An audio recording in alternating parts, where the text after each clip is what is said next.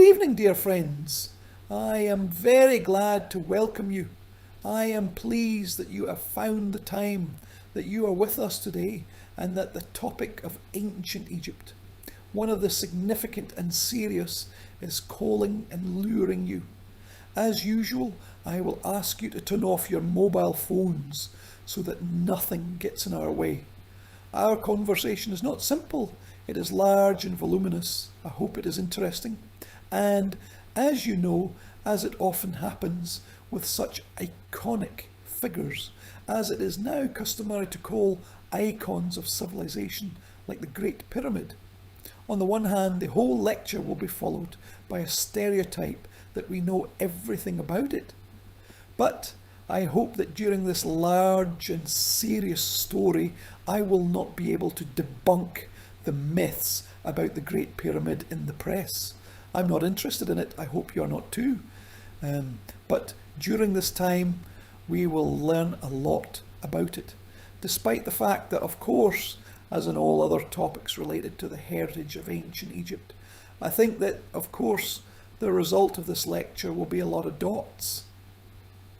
But by no means, not a single dot, because the whole experience of perception by Egyptians and Europeans of this amazing monument, which dates back to the Middle Ages. I will give you a lot of dates today. It shows that as soon as someone writes somewhere that we know everything, everything is published, everything is known, some amazing discovery is made, and we learn something new. I will probably ask you to turn off the big soffits. They are made like this, and nothing will bother us. Yes, in Egypt, beyond the Nile, and according to the Greek Geon, the palaces are made very great and terrible, and the mountains are strong from the Nile River, and they stand on a mountain, and the quadrangles are made, and at the top they have tents, and they speak as if they were royal tombs. This is the first detailed description of the pyramids, which was made in Russian in December 1635, when one of the brilliant representatives of the Russian Pleiades of travellers to the east, merchant Vasily Gagarin, on merchant affairs and other, as it was usually with merchants, looked not only at the amazing monuments of the ancient Palestine, but also, of course, reached Egypt. This is not the first mention. For the first time in Russian, the language of the pyramids was spoken in the 15th century, a little earlier, but Tryphon Karabenikov, the first traveller to be admired by the pyramids of Giza, has just a few words, and following the biblical text, he incorrectly speaks of them as of the impressed inhabitants of Joseph.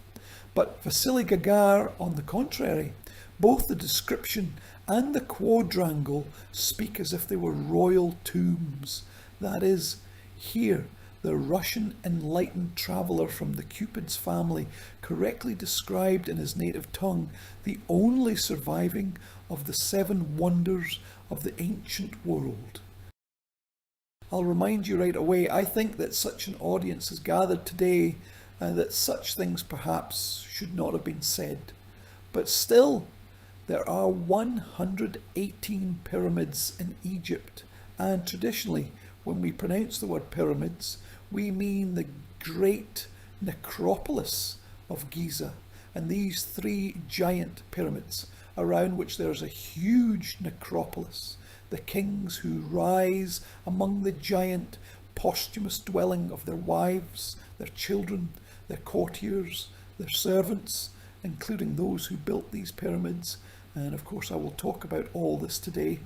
I would like to thank the Ministry of Antiquities and Tourism of Egypt. It has provided for this lecture absolutely amazing photos.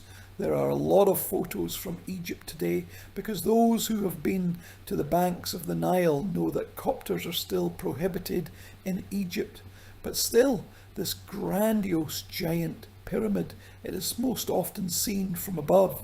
So we will have such shots today, and I am especially grateful to the wonderful Russian writer and researcher Vostok Natalia Veko, whose photos are also present in my story today. The perception of the pyramids was very difficult. They were probably that monument of the East. Mysterious, of course, mysterious objective, which interested all travellers who somehow ended up on the banks of the Nile. Quite a lot about the pyramids were written by ancient travellers, ancient authors. I will talk about this today separately. But even in the Middle Ages and in the early New Age, when it would seem that such direct connections between Europe and the Middle East were not particularly intense, they still did not forget about the pyramids.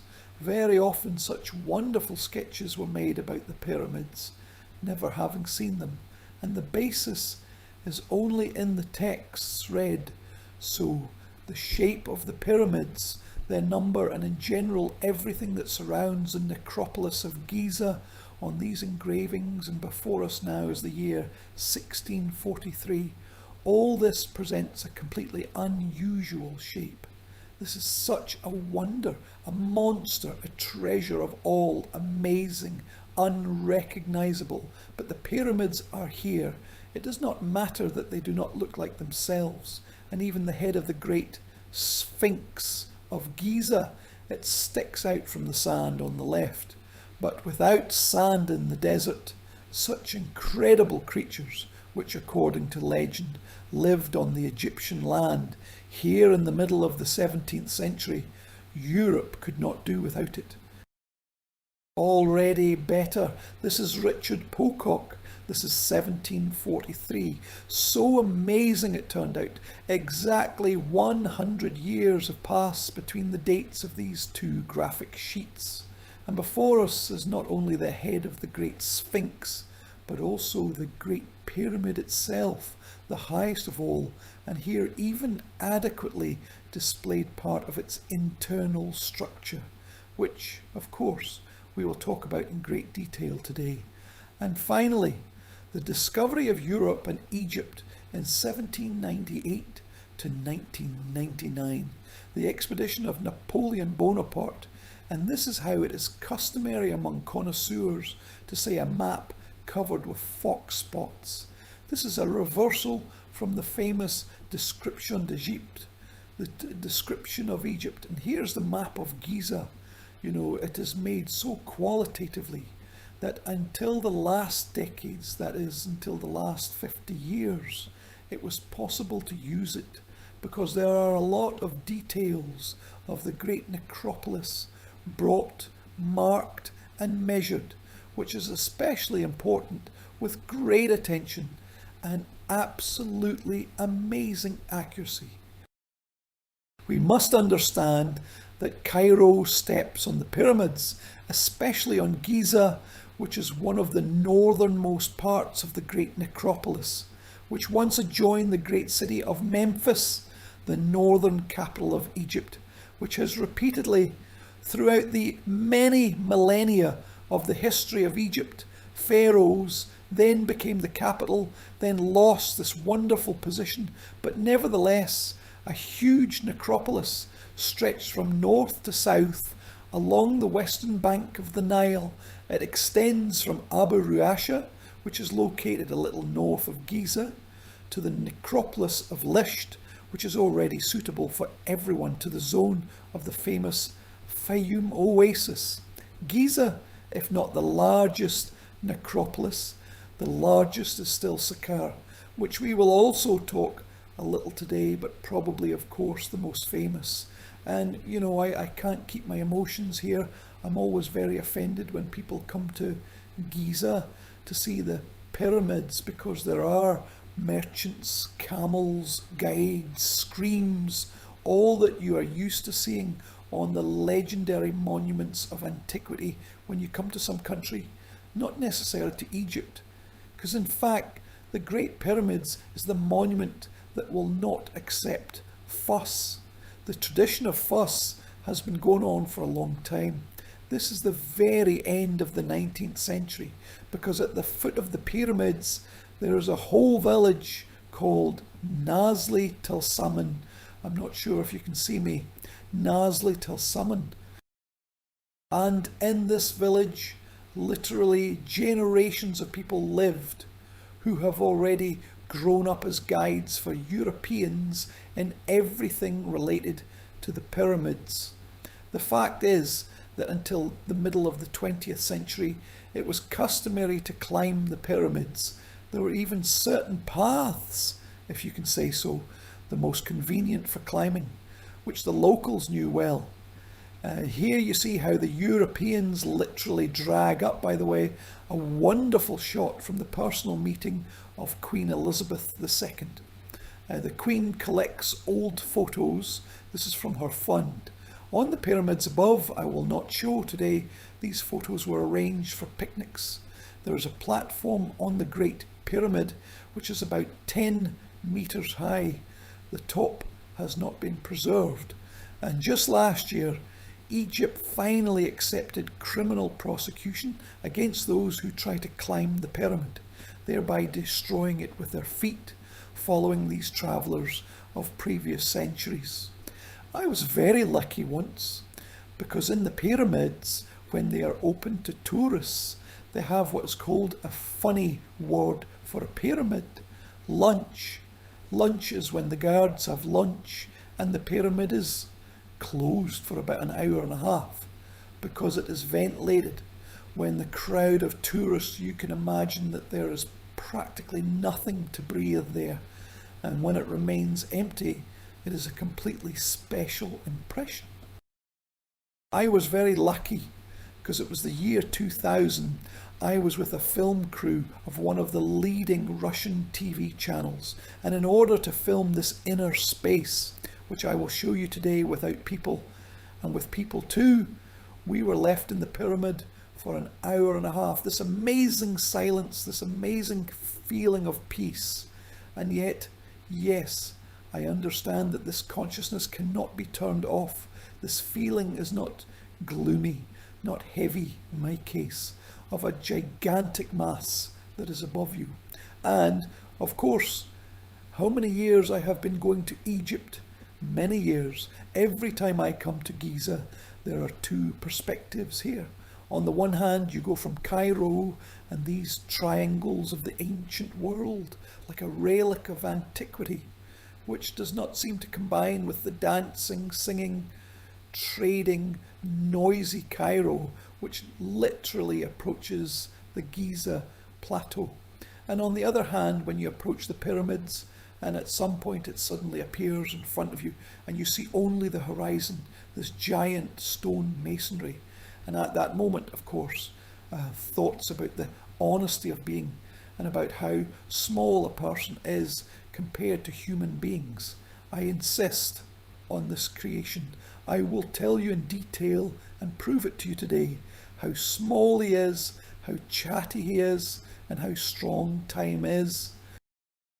Because the conversation about the pyramids is about time, and this conversation about time starts with ancient Egyptian texts, ends with all the texts of travellers, and probably ends with a visit by each of us to this amazing place. We will discuss right away what I will repeat many times. Pyramids are not separate structures, they are complexes. Each pyramid had upper and lower temples. They were connected by hidden roads. But first of all, what you see now on this amazing aerial photo are the pyramids of the satellite, the pyramids of the kings, and a huge number of tombs, private tombs, some of which are modern, the pyramids themselves, and some were built much later.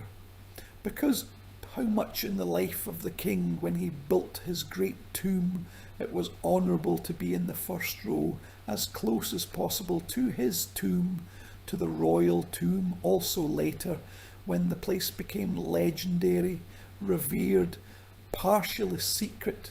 I will definitely tell you about this today. It was very honourable to be buried in such a sacred place that was impregnated with the holiness, coming from the ancestors. Therefore, here the burial starting from the epoch when the Great Pyramid was built. That is, from the 26th century to the New Era, up to the Coptic and Islamic times. It is not just a desert, it is a grandiose layered pie, culture, civilization, an epoch of monuments, material culture, which is associated with one or another epoch. And here you see the edge of the Giza plateau, and it is this edge that saved the pyramids, because probably if not for this high ledge of the plateau, Cairo would have stepped on the foot of the pyramids, because now literally from all sides, where you'll also see it today, where there are lowlands, there are houses, hotels, shops, everything that was not yet on the photos of the end of the 19th century, when nevertheless next to the pyramids of Cairo there is that silence which seems to me peculiar to them. And while we have these amazing shots, you must agree that the geometry is simply fantastic. 3 pyramids. Let me remind you, the first Great Pyramid, which we will talk about in detail today, Ahed Khufu, the horizon of Tsar Khufu, whom the Greek travellers and writers called Cheops or Sufis. It was Cheops that entered the European languages as the most common. Behind him is the Pyramid of Hathor, his second son, and a little further a smaller one, the Pyramid of Menkaure. All this is the 4th dynasty. All this is the era of the incredible rise of Egyptian history, the era called in science the era of the ancient or the old kingdom. I will talk about the necropolis, about the pyramids themselves, and about everything that surrounds them a little later. There is a man in this shot. Look at him, because I think that now, taking into account that there are a lot of online connections, there are people who have never been to Giza, and how good the pyramids of Cairo are for photography, and how good the pyramids are when there is a man standing next to them. Of course, this is a huge mass, and yes, the phrase that there are approximately 2,300,000 stone blocks here has been said a long time ago. Apparently this is true. The height of the original Great Pyramid of Khufu is 146.7 metres.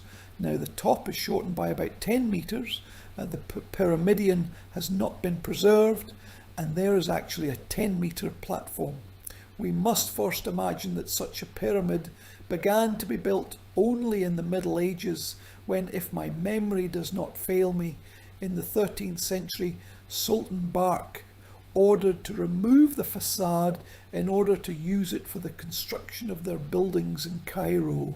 This is not only the shape of the pyramid, which was originally such an ideal crystal, but also the colour. The fact is that the material of the pyramid has deteriorated, and the main massif is composed of the local, from here to Baitov, I will show where, of limestone, which is very irony, and therefore it is grey-brown, it is quite gloomy. And here is the sun now, when the sun is not on the Great Pyramid. It is grey-brown, a very gloomy, a little depressing colour. In ancient times, everything was different, because if the base of the pyramid was composed of limestone, then what went to its facade was brought from the eastern bank of the Nile, from the famous Kamlal o Mentors, which functioned throughout the history of the pharaohs of Egypt, and there they mined exclusively high quality limestone of a bright white colour. That is, initially the pyramid was white, it was covered with gold or electrum, of some of these 2 precious metals of the pyramidion, and such a grandiose crystal made an even greater impression than this incredible massif of limestone that is now in front of us. You approach the pyramid, the sky in this massif, a giant pile of stone. And if the Greek historians could only think about the work that was put into this monument, thanks to the latest archaeological research which was conducted in Egypt since the early 2000s. At the very end of the lecture, I will show you everything about it. We literally saw the remains of those people who built this great miracle. We saw the barracks where they lived. We saw the tables where they ate their piece of bread. And we saw their tombs. And between the tomb of the pyramid builder and the great royal tomb is an unattainable distance. It is grandiose and at the same time gloomy, because in fact since the ancient times, Tsar Khufu and Khafra, his son, the builders of the two largest pyramids in Egypt, even in the framework of their posthumous cult, used bad words. And when in the 5th century BC, the great father of history Herodotus arrived in Egypt, and the locals who were part of ancient Egypt were bearers of their oral tradition, when they began to show the pyramids, they showed the pyramids in a very negative light. And probably from there, from a very special investment, a wild investment of human labour in Egypt, the tradition of forgetting the names of the kings who built these monuments and the destruction of their lifelong sculptural images. And we will talk about it in detail today. Fortunately, in the very lower layers of the masonry somewhere, the original face is preserved. This is just a miracle, fully explainable by the fact that the pyramid was covered with sand and the lower layers were not dug out. The frame you see on the right shows the lower masonry. The colour, the difference in colour, appreciate it, white, despite the time, despite the human factor, white star of Tours and the stark brown grey star of Giza. I will say right away that the star from which the pyramids were built, as geologists say, is a nomalite star. That is, these are sedimentary rocks. There is a lot of paleontology, a small shell. All this can be seen with the naked eye. Therefore, when you hear about a geopolymer concrete, please switch to another channel. Partly this story I can't help but say two words because it would be strange.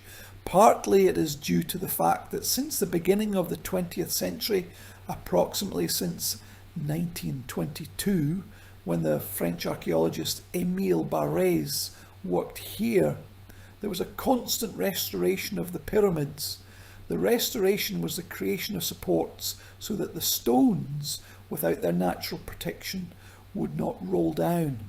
Therefore, inside the structure of the pyramids, there are quite a lot of supports of the 1920s, 1930s, 1940s, some elements that are indeed cast from modern concrete.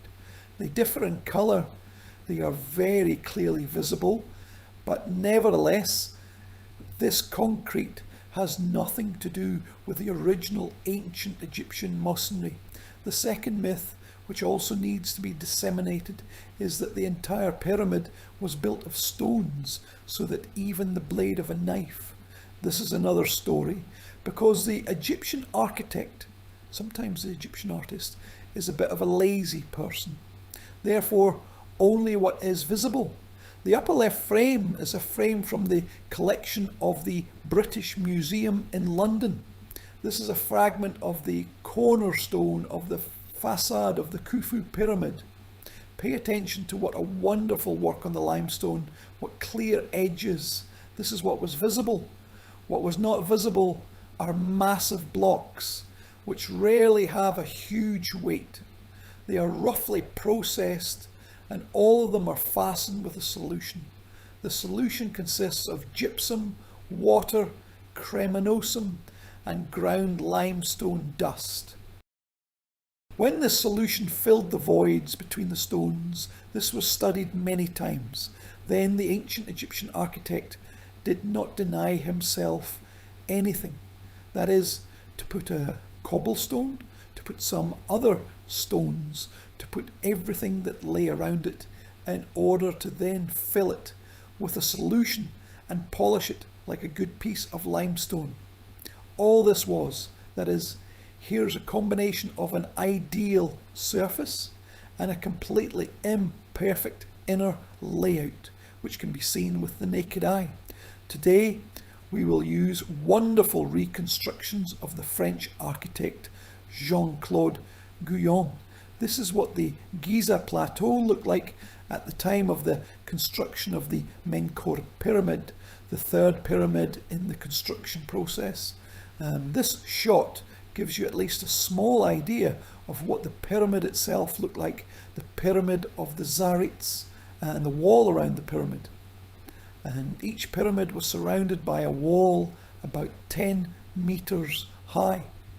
And fragments of this wall, which was also built of limestone and amazingly polished to the state of a semi-marble from this white stone, were found. That is, initially, we just now, I will say it again, we will remember, it all looked different and it looked like an architectural idea, not at all like the Giza Plateau we see today, being tourists or scientists. At that time, when in the 19th century they began to explore the Great Pyramid, then on the stones from the inside, that is, from the side that adjoined to the main massif of the masonry, a huge number of really huge, I will not exaggerate, such notes were found. These are notes of workers and construction brigadiers who show, first of all, the names of the teams that worked at the construction site, due to the fact that they built for their king. The name Khufu, which is written here, a large oval. The name Khufu very often became a part of such names. Khufu is excellent, Khufu is brilliant. For friends of Khufu, those who make Khufu successful and so on. All this is beneficial, and accordingly, often here is a fragment of the lower right. It says what year of the king's reign. Here it says what year, what season, the season of the flood, when the Nile was spilling, when these stones were mined for the construction of the pyramid. Today I will show a lot that is related, including the construction, but for now we must understand one very simple thing, that there is no doubt about who owns this pyramid, not only about the temple that can be built, not only about the documents that can be written later, but about these marks on the stones that were found deep inside the structure of the pyramid. And this is not a separate mark, but a whole set of written sources and evidence. Unfortunately, the Western mind, against the background of a crazy amount of crazy ideas that go around the Great Pyramid, sometimes comes to the conclusion that a few years ago, after the Egyptian Revolution, Egypt was incredibly outraged because two people who pretended to be archaeologists, they were Germans from Germany, they got permission to get inside. You usually closed for tourists, not because it's a secret, but because it's tight, where the inscriptions were in open access. And they scraped some of the inscriptions in order to make a chemical analysis of the pigment, and once again make sure that it was an ordinary Egyptian red ochre that was always used by Egyptian saints. There was a wild scandal. Germany tried to apologise. Egypt, by the way, did not officially apologise to these people, but nevertheless, these doubts are actually quite stupid, because first of all, non-chemical analysis is important here. There's such a beautiful thing, historians know it as epigraphy, science about the style of writing, and therefore all these notes are made in the style of the Khufu era by people who were his contemporaries. There are no questions here. In antiquity, each pyramid, firstly, a pyramid is a female creature, and in later texts it is described as the last wife and mother of the king. That is, It is the last uterus inside which the transformation of his spirit should take place. Each pyramid has a name. Now in front of you is an inscription of one person who served as a junior architect on the construction of the pyramid, and what is highlighted in the red rectangle is the name Ahed Khufu. Ahed Khufu can be translated in two ways. On the one hand, it is the Khufu horizon, and this is logical because the horizon is a place of transition between our world and another. This is the place where the sun is born again and again, and all the names of the pyramids are somehow related to the ideas of resurrection, of victory over death. This is a huge, including a machine, related to the transformation of the spirit of the king. But in this inscription there is such a hieroglyph in the form of Koklatov and Ibisov. You can see it here too. And this word Ah can also be translated as active, holy, releasing power. This is a very multi-dimensional word. Therefore, either the horizon of Khufu or the place of transformation of Khufu, the place where Khufu acquires the state of Ah, the state of the divine spirit, the place where Khufu changes. It is clear that I'm saying this word now, but nevertheless, Zed, this place as a definition, the name of the place, and the name is extremely important for ancient Egyptian culture. It defines the pyramid itself as the place where it should achieve its new state. The height of this statuette is 7.5 centimeters. Every time I pass by the Egyptian Museum in Cairo, I have a lot of fun because all tourists try to take a picture of it. It is very difficult. It was found in the late 1890s in the great city of Abydos, the famous ritual capital and place of pilgrimage of ancient Egyptians far in Upper Egypt. In the centre of Abydos was the famous temple of the god Osiris. Now this is the archaeological zone of Kom el Sultan, and it was there that the father of British archaeology, William Matthew Flinders Petrie, accidentally found part of this monument. Part is a body without a head, and on one of the sides of the throne, one of the names of the king.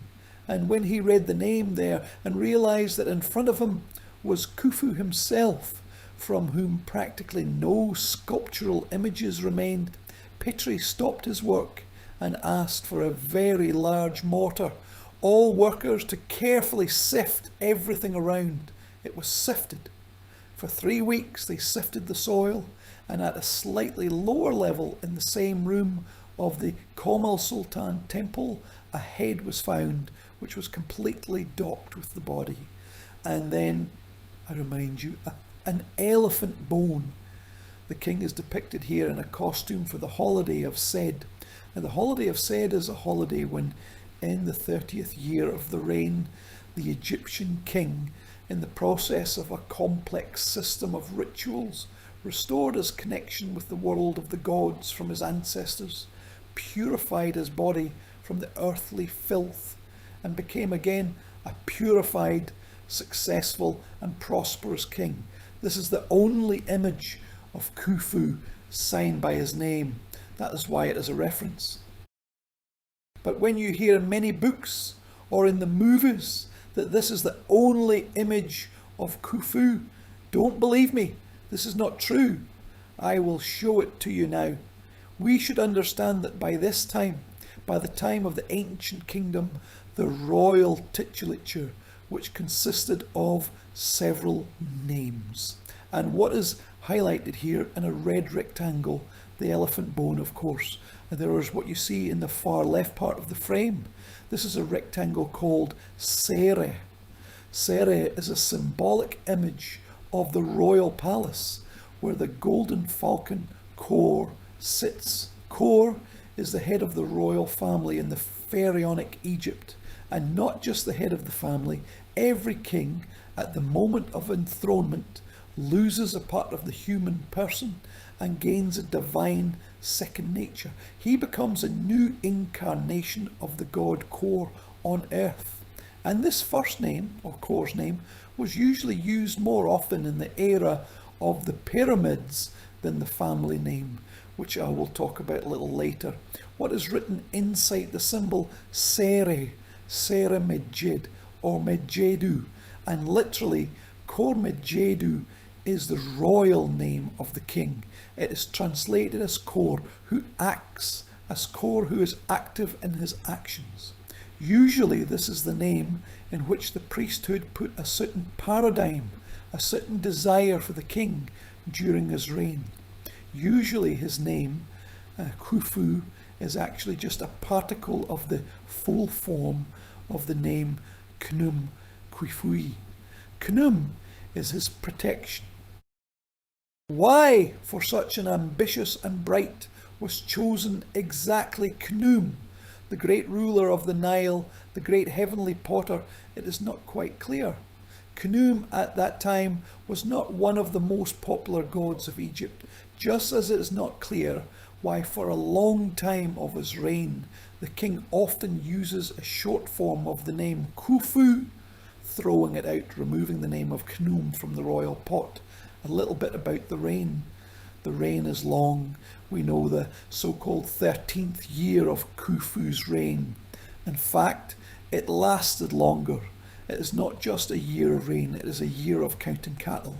In the era of the pyramids, if later, in the era of the Middle Ages, the New Kingdom, the kings counted cattle on a yearly basis.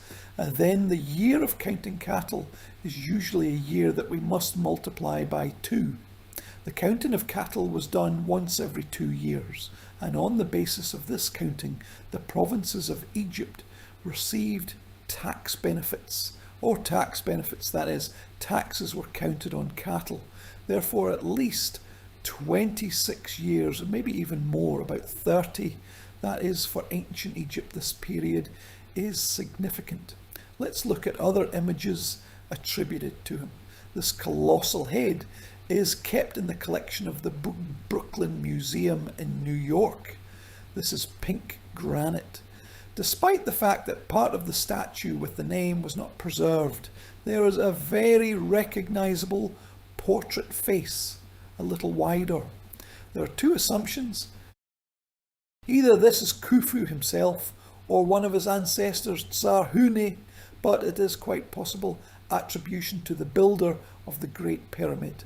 This head, also very small, is kept in the collection of the Egyptian Museum in Munich. This is Khufu. He has very specific close-faced eyes, a round face, and with plump cheeks. The expression of the mouth is a bit like that of an offended child, and there is always such a tension in the face. Therefore, we recognize it very well. And here is such an image, we can also see it.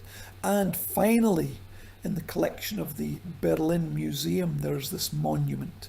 This is a sculptural portrait of the young Tsar, which is found in Giza, which can take place from the old temple.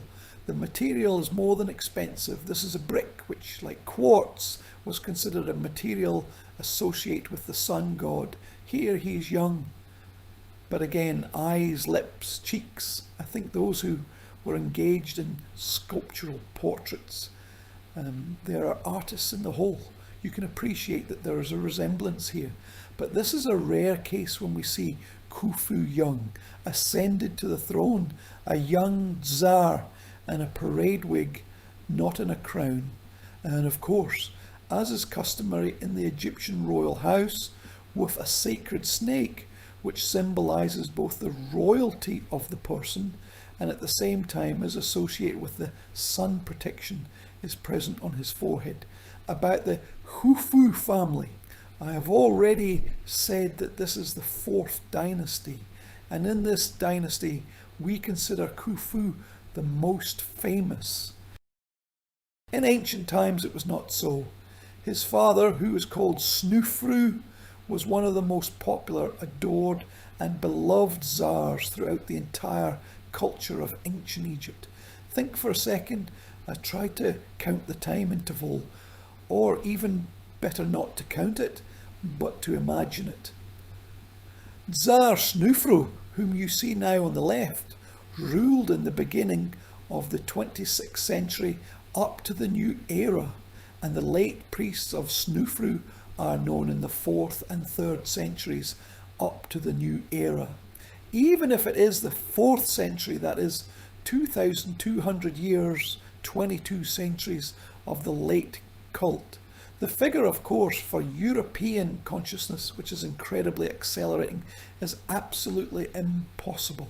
Snufru was a very successful Tsar, and now in front of you is one of his architectural structures, which he completed at the beginning of his reign. The fact is that the last Tsar ruled before him, the previous one, the 3rd dynasty of Huni, who built a 7-step pyramid, and now you see it in front of you. This is an absolutely grandiose structure. When Snufru completed the construction, he tried to make the first true pyramid out of it. That is, to fill it with a masonry. It didn't work out. Part of this giant volume of stone spilled out. In fact, it seems to you now that the pyramid stands on a hill. This is not so. The whole hill is also a pyramid. This is also part of it.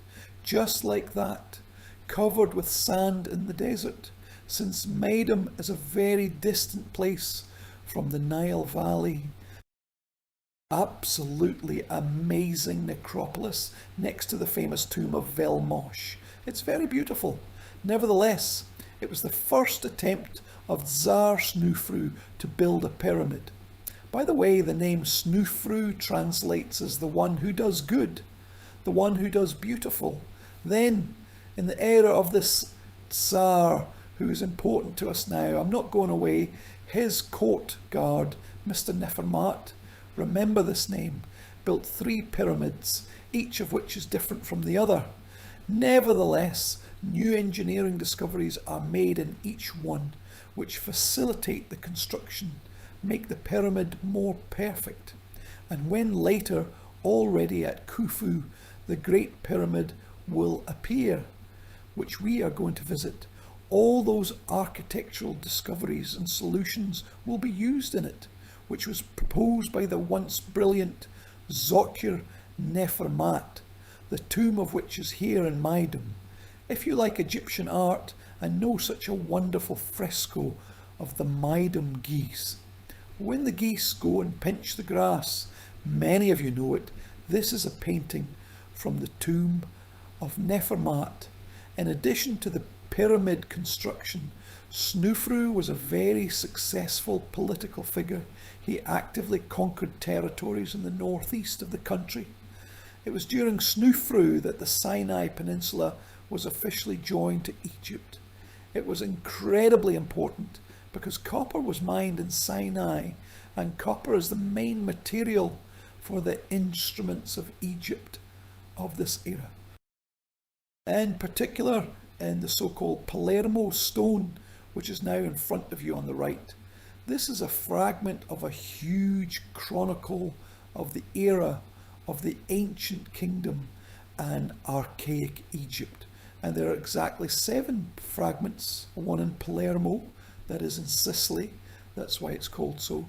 And there are also separate fragments.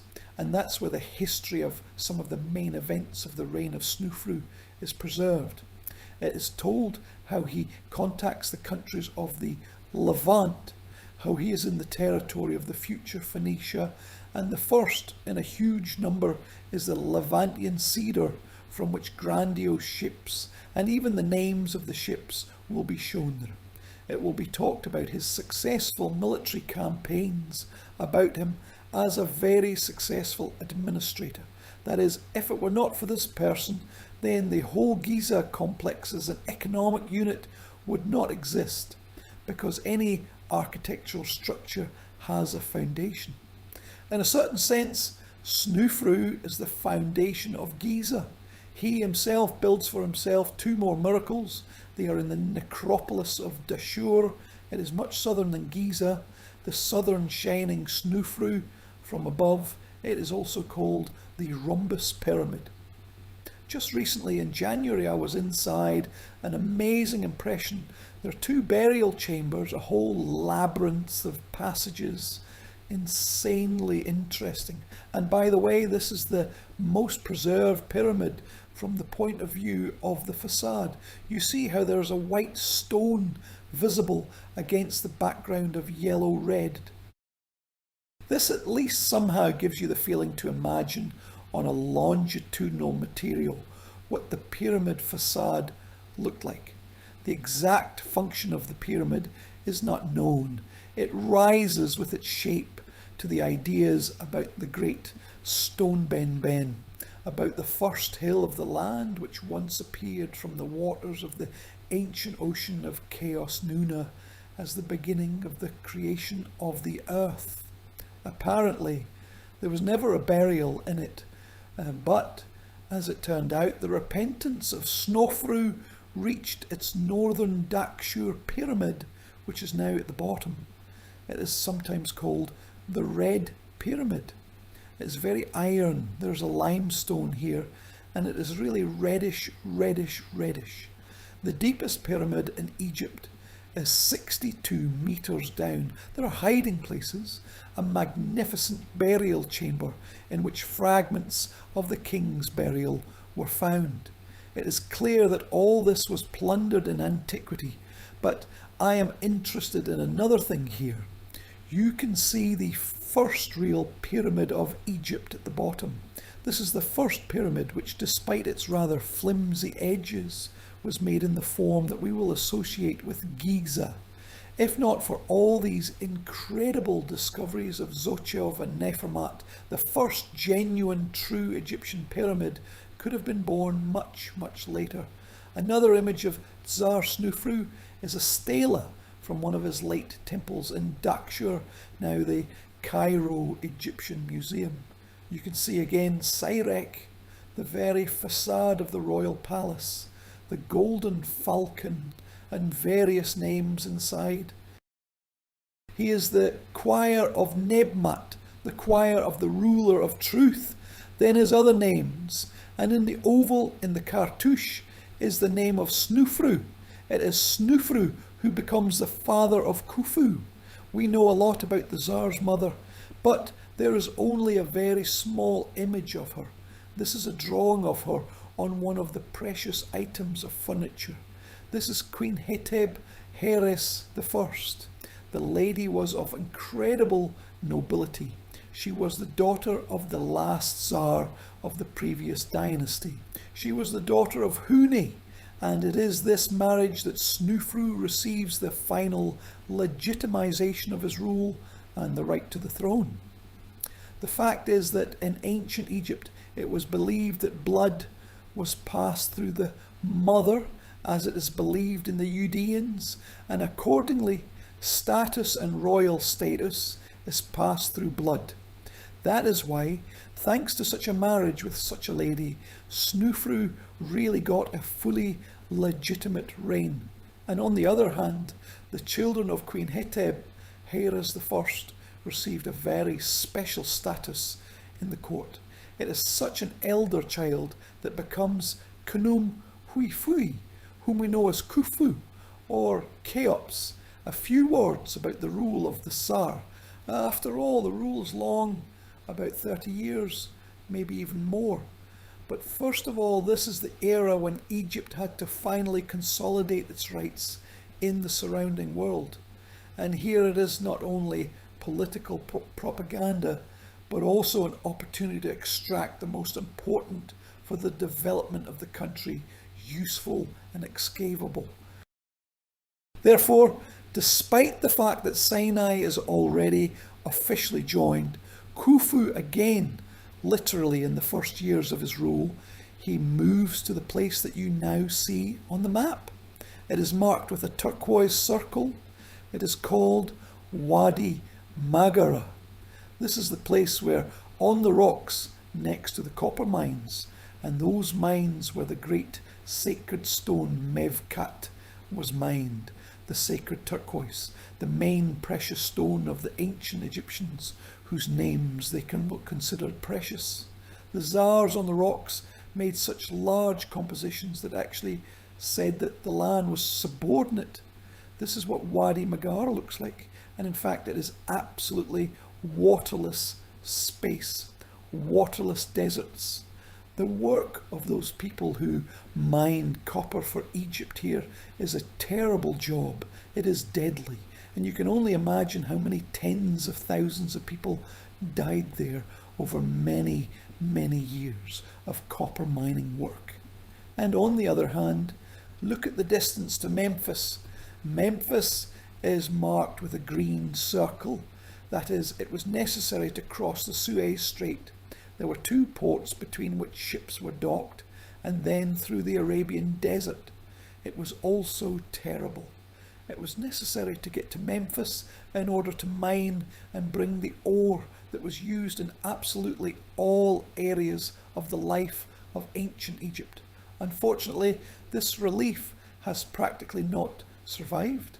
Therefore, I show you a drawing of the 19th century made by the German expedition of Richard Lepsius. This is a triumphal relief about the new subordination of Sinai. In particular, it's said in the accompanying inscription that he defeated the nomads who opposed the Egyptian rule here. That is, triumphal poses. He defeats one of the Bedouins. In front of him is the God of wisdom. Pay attention to the completely unexpected figure of the God of wisdom in the triumphal military relief. Spoke about the passion of Khufu for the God of wisdom and the search for the secret knowledge. We will return to this later, and then again the royal names. And here is the last column with the image of the falcon and the Jewish choir, and in the oval, Khufu is the name that will become familiar to us. The shape of the pyramid was born in Egypt for a long time. I will not go completely to the east. I think everyone remembers what the first Egyptian step pyramid looked like, which in the 27th century BC, the great Zechariah and Imhotep built for their king Cherkhet, a divine flesh that later was called Djoser, or the holy ancestor. But the name Djoser was more common, so at first they were step pyramids, which, judging by the later text, appear inside the pyramid complexes from the 5th dynasty from the 25th century BC. The first pyramids are the stairs that lead the king to heaven. Here I show you the early dawn in Giza. The Great Khufu Pyramid is on the left. This giant structure is the Khafra Pyramid. I will make a small remark. Khafra was a cunning man. He built his pyramid on a higher section of the plateau. It always seems to be higher, although its height is only 143 meters. That is, it is smaller than the pyramid of his father. Nevertheless, if we imagine that the surrounding world is unstable, if we remember that the ancient Egyptians believed that every day the world could come to an end, then this is Maravo, this is the great prehistoric ocean Nun, a new birth of the world. And from the prehistoric waters appears Ben Ben, the first fragment of the land. In fact, this concept, which is written in many hundreds of ancient Egyptian texts, had a quite physical embodiment here in Giza. First of all, just opposite Giza, on the other bank of the Nile, there was Yunu, the city of Tverdinia, which the Greeks called Heliopolis, the main city of the sun. And there was a huge complex of Temple Tahutat, the centre of which was a giant obelisk made of many stones, and it was decorated with gold. Now imagine for a second that we have gold or electrum pyramids on the pyramids, and the dawn begins. This is Morevo, and suddenly there, when the sunrise is not yet visible on the eastern bank, suddenly it starts to shine with gold Tahutat, where, according to legend, the sun is born.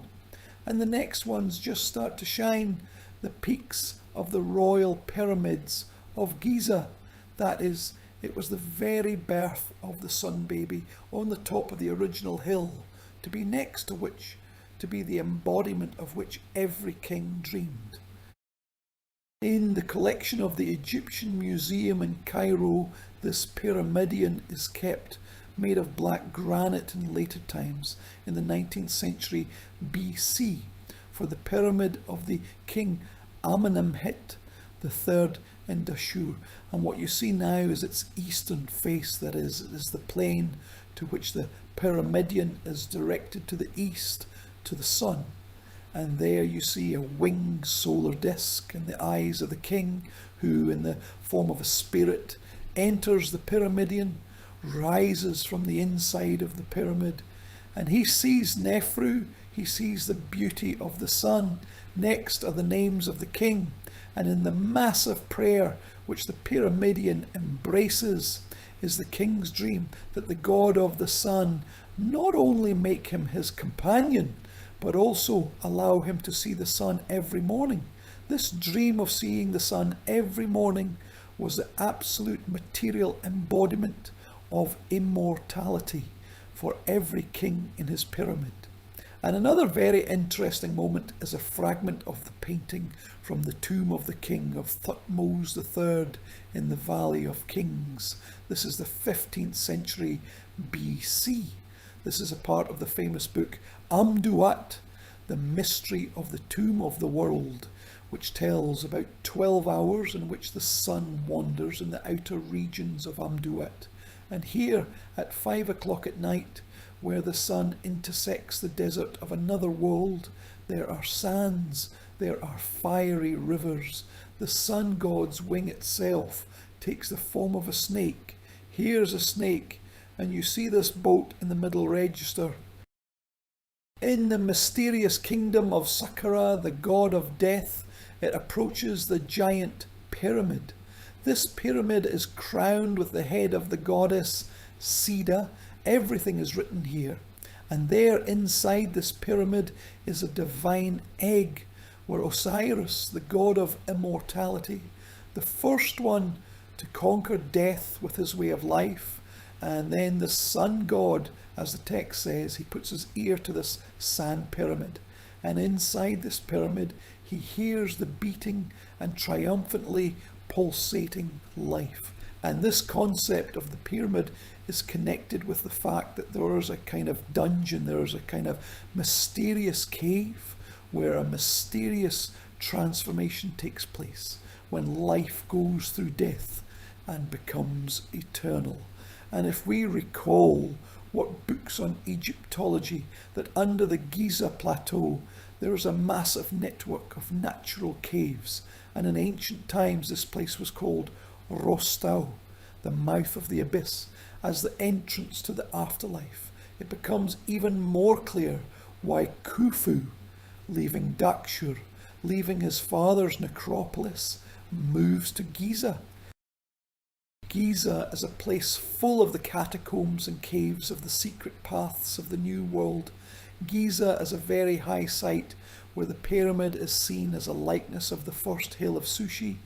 Giza is a place close to the quarry of Tura where the white sacred stone is brought with less labour, and finally this high site of the plateau, because the modern Arabic name of Al Giza is not translated from the Arabic language, because it ascends to the ancient Egyptian Irgashir, a slope of a high place. And this is how the necropolis of Giza is called in the stele of Shapseskaf, one of the descendants of Khufu in the later eras of the rule of the 4th dynasty.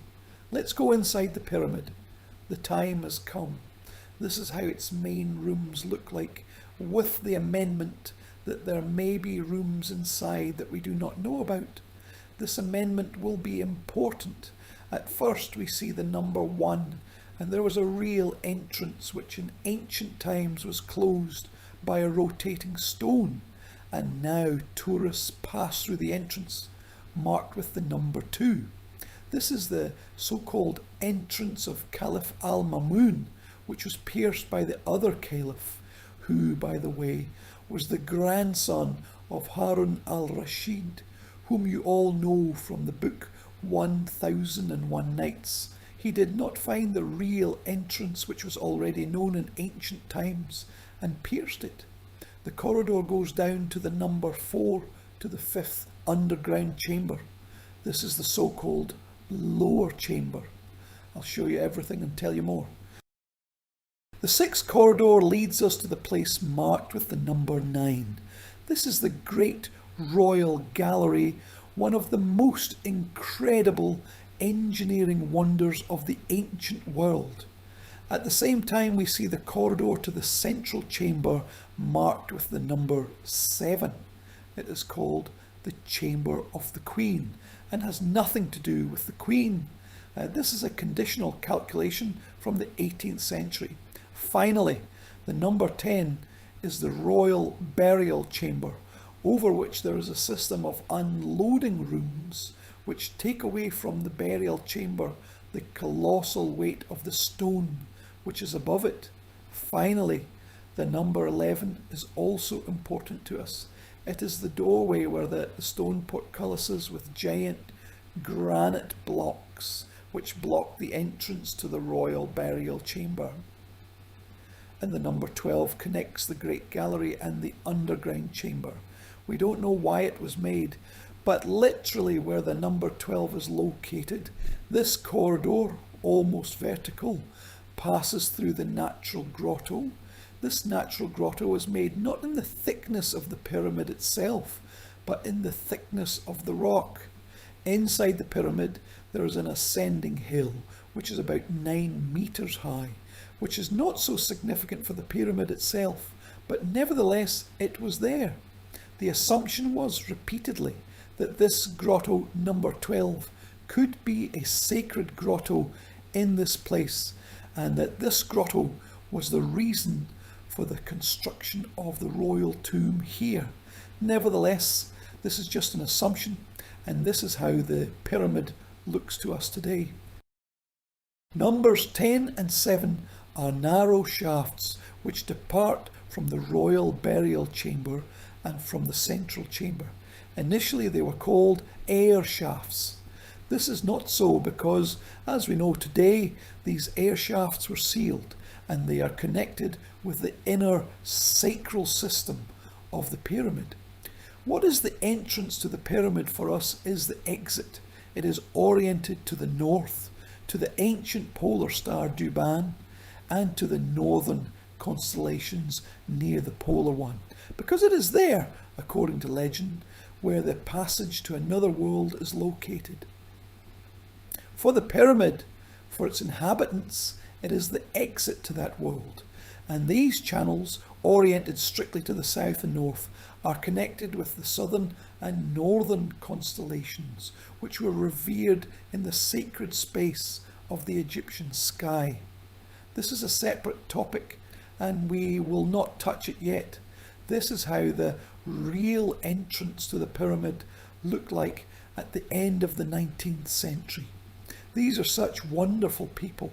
They are all the inhabitants of the local village of Nazli Tel Saman. You can do whatever you want. You can go inside the pyramid. You can go to the pyramid. There were famous characters who ran to the top of the pyramid and back with a little money. They entertained the tourists as much as they could. In the village of Nazli Tel Saman, which still exists, there have always been very famous ancient consultants. At that time, antiquities were sold freely, and accordingly, having received permission, you could buy some rarities for your collection. Here they are all waiting for you in such a wonderful way. Now this entrance is closed. It is up there. You see here in the lower right corner of this frame the beginning of the entrance to the very robber's entrance of Al-Mamun, which made it with the help of hot vinegar and kirk on the pyramid of Uli Uxus. I really wanted a treasure. Today, if you came to Egypt with a tour's plan, your ticket is checked there. Then you move through Mamun into the body of the pyramid. I just remind you that this passage is so rough because there is no entrance that has anything to do with the original architectural plan of this grandiose structure. Then you are greeted by an ascending corridor. You go out of the Memun corridor and go up this ascending corridor, which by the way was known in ancient times. Its ancient historians describe it. And then this opens up in front of you. It is grandiose. It is a great gallery. The gallery is built with such slabs. Our French friends call it a coupé. These slabs allow to make the passage quite wide, but they take away the colossal weight of the stone above it. And the height of the gallery is 8.5 meters, a little more. And of course, this is absolutely incredible because on the one hand, this very slab with the slabs, all the engineering logic, it was all used in the Dachshur by Zochov Nefermot. But here his successor, to whom I will tell, has reached an incredible height where everything is really calculated. There is an incredible engineering thought and just logic to come up with all this. You go up the Great Gallery and in front of you opens a passage to such a burial chamber. This is the burial chamber of Khufu. It is all made of granite slabs, excellent Aswan granite in its far corner. The sarcophagus itself, and there next to it, there was a recess where once, apparently, there was a box for canopies, vessels for the king's interiors. I will allow myself to say this. Unfortunately, popularity plays a bad role. I personally regularly took out from this sarcophagus the citizens of Zotari who are lying there in shoes, singing some prayers in different languages of the world. This bustle that happens in the pyramid is sad, and there was even a very difficult moment when apparently someone took a bribe somewhere. In the pyramid, there were members of a certain American sect who commit suicide there at night. The pyramid was then washed away. This is what happened. Alas, the cameras were installed. I hope this does not happen with the new minister. But the pyramid is covered with human bodies. Do you understand what I'm talking about? It lacks emptiness, loneliness. And of course, when you sit here alone as I did, you somehow feel this incredible crowd. The feeling is very interesting without all the distractions that the citizens of Zotari come here with. Before you get here from the passage of the Great Gallery, you should understand that the passage itself is tiny, a little more than a metre in length and a little more than a metre in width. You could drag a sarcophagus, but there was not even such a task, because we know from later pyramids that very often the sarcophagus was placed in the burial chamber at the time of construction before the ceiling was covered. And in this passage here, it is now in the drawing. You see initially the huge trunks of the Livonian cedar. There the whole structure with recesses for them was preserved. And there were giant granite portcullises, which after everything that should have been placed in the sarcophagus in the burial chamber, they lowered these giant portcullises. There were no labyrinths or traps. It will be later in some Egyptian tombs. Here, the king believed in the strength of granite and these giant granite doors, which should have been closed behind him forever. Human nature does not know, and when you pass in a bent position in this passage, you can see that it's just torn, broken. Only teeth were not gnawed these granite blocks in order to get there and see what was hidden there. When in some channel which should be switched, I will not advertise today, when you hear that in the Great Pyramid there were never any traces of burial, switch this channel, because it is a lie. The fact is that the European science, especially of the 19th century, knew very well the ancient sources, but outside the information field there were always Arabic sources, simply because the Arabs were not known. And at that moment, when in Egyptology, our understanding of the past of Egypt was involved medieval Arabic materials, first of all the materials of the famous chroniclers, there were a lot of unique things to read. So we remember that in Caliph al-Mamun in 832, he penetrates into the pyramid Kirkin, heated vinegar, devoured limestone, all this horror we all remember perfectly. And here is what the Arabic chronicler of the 12th century Al-Qaisi writes. In a narrow passage in the depth, a coffin was found similar to a statue of a man carved from a green stone. When the coffin was brought to the Caliph and the lid was removed, under it was the body of a man in golden armour, decorated with precious stones. In his hand he held a sword which has no price. And further, Al-Qaisi describes in detail how if he saw a conditional burial of the Egyptian king, because, for example, in the Egyptian royal tombs there were wooden gilded banners depicting sacred falcons. He also describes that the sticks were covered with gold, on which golden roosters and chickens were sitting. And then there are a lot of moments which show that this is not a hoax, this is not an invention, this is a very clear description of what was found. It is said that the coffin in which the body was found stood in front of the palace of the Caliph in Cairo for a long time. It is clear that there are no traces, but it is also clear that the gold in the Middle Ages melted. Not only Al-Qaisi, a lot of stories about the gold found in the pyramid are told. For example, the famous Abdel Latif in 1220, the wonderful Arab traveller who explored the world, Ibn Battuta. Remember Dima if he hasn't told you anything yet. And there are amazing things related to his travels. He is a unique person. This is the 14th century, 1360. They use earlier chronicles to rewrite the story of Mamun's discovery of the pyramid.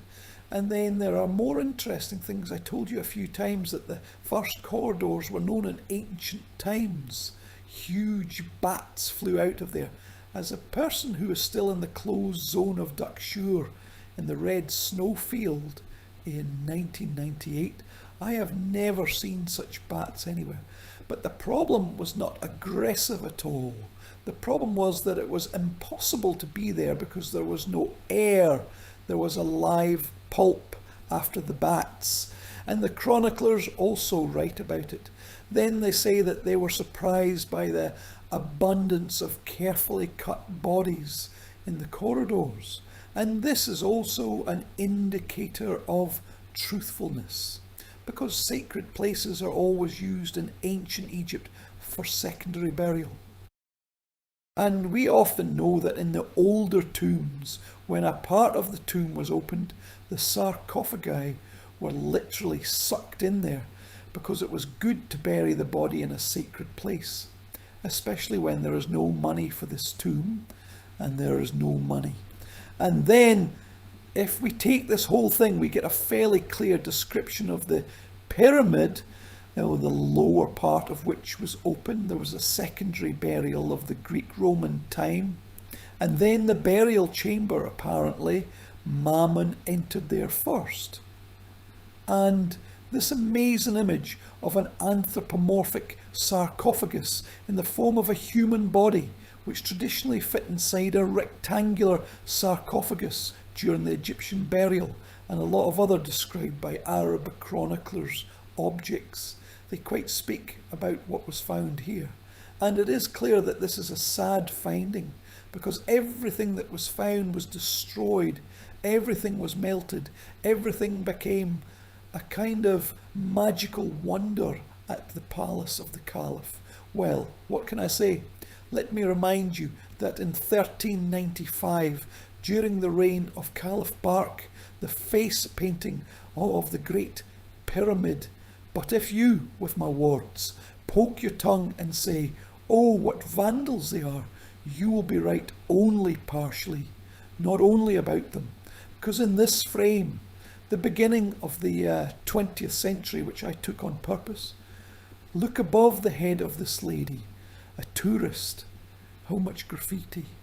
Only the lazy one did not write on these walls. Here was Joseph, here was Emile, here was someone else. And to this day, unfortunately, these people are not for nothing at the entrance to the pyramid are being searched because they are looking for a knife. Because to this day, people come to the pyramid to write, here was such and such. And about once every 10 years, the Pyramid of Khufu is closed for restoration for two reasons. First, you need to remove these inscriptions, these graffiti. And the second, the most terrible thing that destroys all ancient monuments is human breathing. Because the breath takes away moisture, salt begins to react with moisture, which is present in the stone, especially in the solution. And there are just such vessels which are extremely dangerous for the pyramid, and therefore such a restoration is done. Inside, once again, a frame with a sarcophagus. If you allow me, I will not show all the dimensions of the room. They are in everything you want, in Wikipedia, everything you want. Our task now is not this. Our task now is to pay attention to this opening in the wall, exactly the same, which is opposite it. These are the so-called air ducts. Indeed, these ducts from the Tsar's burial chamber are now coming out due to the loss of the facade. There's even a fan in them. It is through them that the air inside the pyramid is driven. But in fact, as I told you, they had nothing to do with ventilation. The deceased Tsar did not need ventilation. These are passages in the northern, southern regions of the sky. If these ducts from the Tsar's burial chamber did not cause any questions, then the exact same ducts coming from the Muddle chamber, the conditional chamber of the Queen, caused interest in the 20th century. In just a few moments we'll talk about this. But first of all, I really like the excellent French axonometry. Here's the burial chamber. There is a sarcophagus. You see here, look at the structure above the roof. The total volume of all chambers and intersecting blocks above the burial chamber is 17 meters. At the end of the 18th century, especially in the 19th century, the inquisitive European mind took a pickaxe and everything that was drilled and made some kind of passage. And here from the top of the gallery, you see such a strange, like a cord. It looks like this, but in fact this is a rough cut passage by European intellectuals who needed to see what was above the ceiling of the Tsar's burial chamber. Right now, the red arrow shows you this place. And wonderful, from the point of view of such a preserved romance of that time, wonderful engravings of the 1870s show you the Great Gallery from two different points of view. What is on the right, it goes up to the burial chamber, and what is on the left, there is a hole to see what is inside. Inside these chambers, they are quite narrow. Graffiti has been preserved, which are now historical. There's even a name of these chambers in honour of a traveller or researcher who was the first to get there. And accordingly, on top of this giant structure, there are two blocks with a ledge from which the colossal weight of the burial structure of the pyramid. From the burial chamber, we are moving from the burial chamber to the middle chamber, number 7. It has a very interesting architecture, just like in the burial chambers of the more ancient pyramids. Here is such a vaulted ceiling in the form of a false vault, and in the centre of this room there's a wonderful niche. This niche is closely associated with the Egyptian ideas about the false door, about the passage of another world. Unfortunately, Generations of travellers, and before that, vandals and robbers, thought that there was something exactly behind this niche. There was a whole underground entrance to the pyramid, but they did not find it. In the 19th century, in 1872, the researcher Wayman Dixon suggested that there should also be holes in the sides of this chamber. They thought that somehow air should pass through. He punched holes in the walls. These holes that you see in the walls are made with a European hammer. In the process of work, so to speak, he found very interesting objects that are kept in the British Museum. This is a dolerite ball. The Egyptians often worked with such balls in quarries. And this is a very interesting metal hook. They wrote a lot about it, starting from the power station in the Khufu pyramid, concluding that it was an important crane for controlling the water pump that was in the pyramid. Sorry, it's not written in the law. We should first study the Egyptian material because there is such a form. This thing is called pesishkef. This is a ritual object associated with one of the most important episodes of not just the royal burial, but the burial in general. The point is that in the process of the famous ceremony of opening the lips and eyes, which consists of 75 stages, which correspond to 75 forms of the sun god, etc. One of the important points is that when the spirit returns to the dead body, it is necessary to cut in a symbolic way the heavenly larynx. The Egyptian priests cut the larynx of the newborn child due to the fact that the name Khufu was used by a certain authority of his descendants. This pesishkef was signed for the consecration of the statue of Tsar Menkaure in front of the pyramid temple of the third pyramid of Giza. Now it is kept in the collection of the Museum of Asian Arts in Boston. Another very curious point is that along with this ball and part of the ancient pesishkef, Dixon also found a piece of wood that was laid of cedar wood, all cedar royal material inside one of the shafts of the so-called Chamber of the Queen. It was recently found in one of the provincial English museums. The problem is that the public was immediately excited because the tree seemed more ancient than the dating of the pyramid itself. But there is nothing surprising because quite often the Egyptian pyramids, for example, the Pyramid of Djoser, put a whole collection of more ancient items that gave the deceased Tsar a connection with his ancestors. Under the Pyramid of Djoser in Saqqara, it does not contradict our understanding of the pyramid. Another beautiful drawing with the image of the chamber of the middle link. Look at the underground passage that was made from the niche. People were working, looking for gold. We are not doing science and culture here. The niche is very proportional, very thin, and in fact it rises in its form to the idea of a serdab. Serdab in Arabic is a closed well. In such serdabs in private tombs and in the pyramids, there was a Tsar statue that embodied the Tsar's vital force and was enshrined in the funeral ritual by sacrificial offerings. It's clear that this is a hypothesis, but judging by the architecture of this room, judging by the way the niche was made and what was found here, for example, the pyramid, there was most likely a sculptural image that did not reach our time. These canals diverge from this chamber on both sides.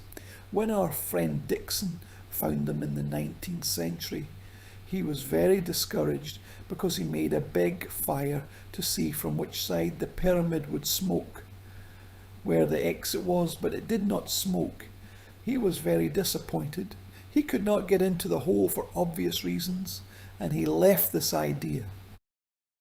Accordingly, this idea, as an interesting idea, returned in the 20th century. It became clear that the corridors lead somewhere, these narrow shafts, that they do not go to the surface of the pyramid. In 1993, Rudolf Gantenbrink, a German scientist, together with the outstanding German Egyptologist Rainer Stadelmann, began to study these passages using a mechanical robot, UPUAUT1 and UPUAUT2. Then, another project related to the study of these shafts. In 2002, the Pyramid rover, made by iRobot, turned out to be very funny. First of all, let's see how it happened. This is iRobot.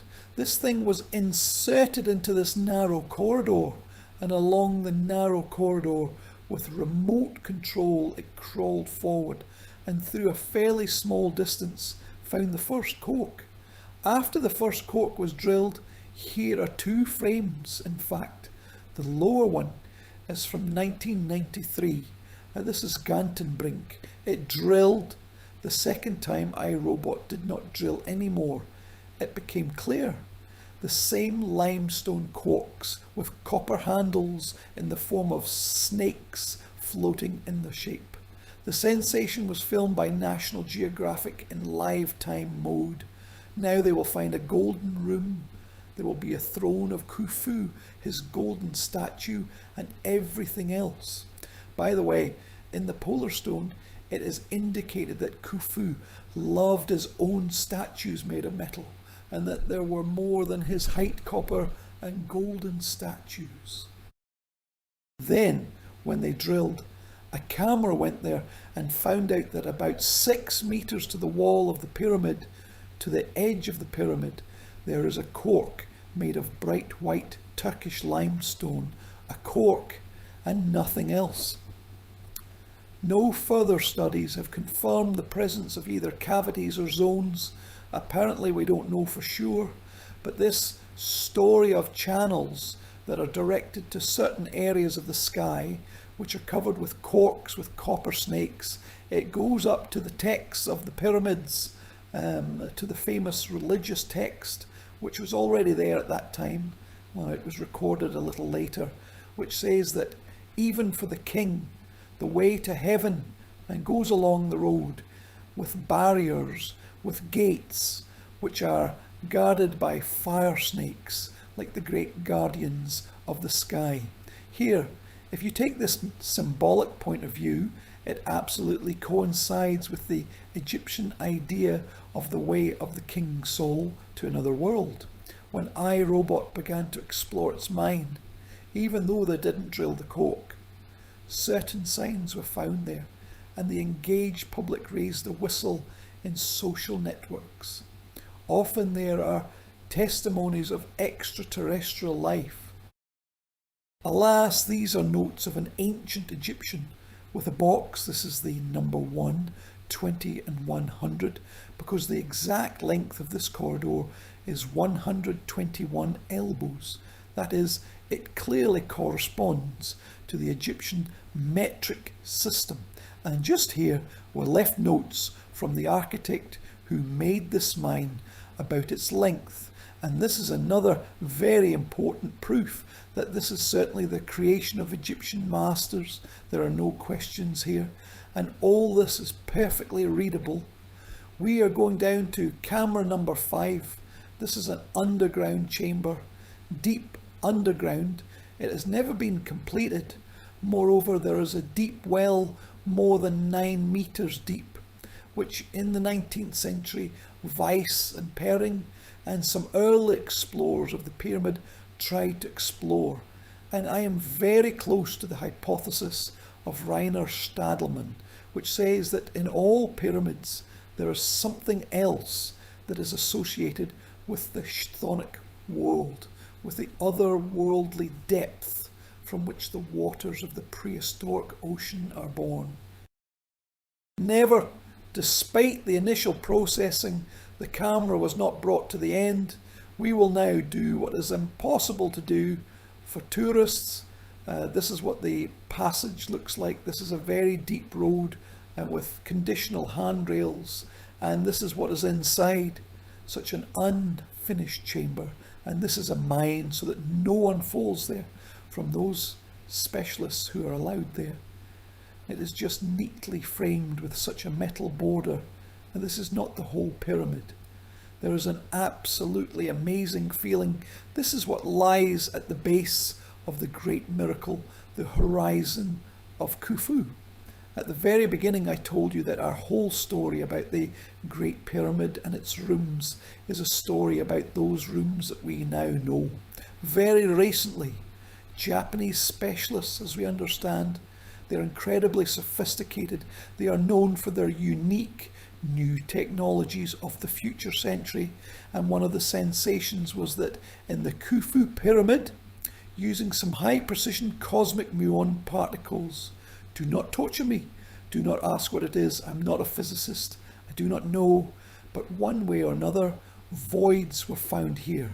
One void is approximately from the gap that was left by the Arab treasure hunters above the entrance to the pyramid.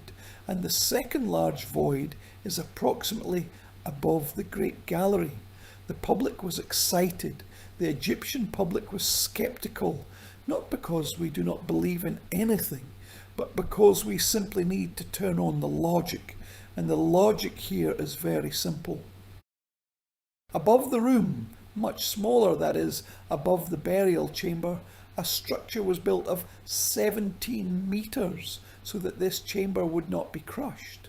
There were precedents in the southern snowfield of the Rhombus Pyramid in Dashur.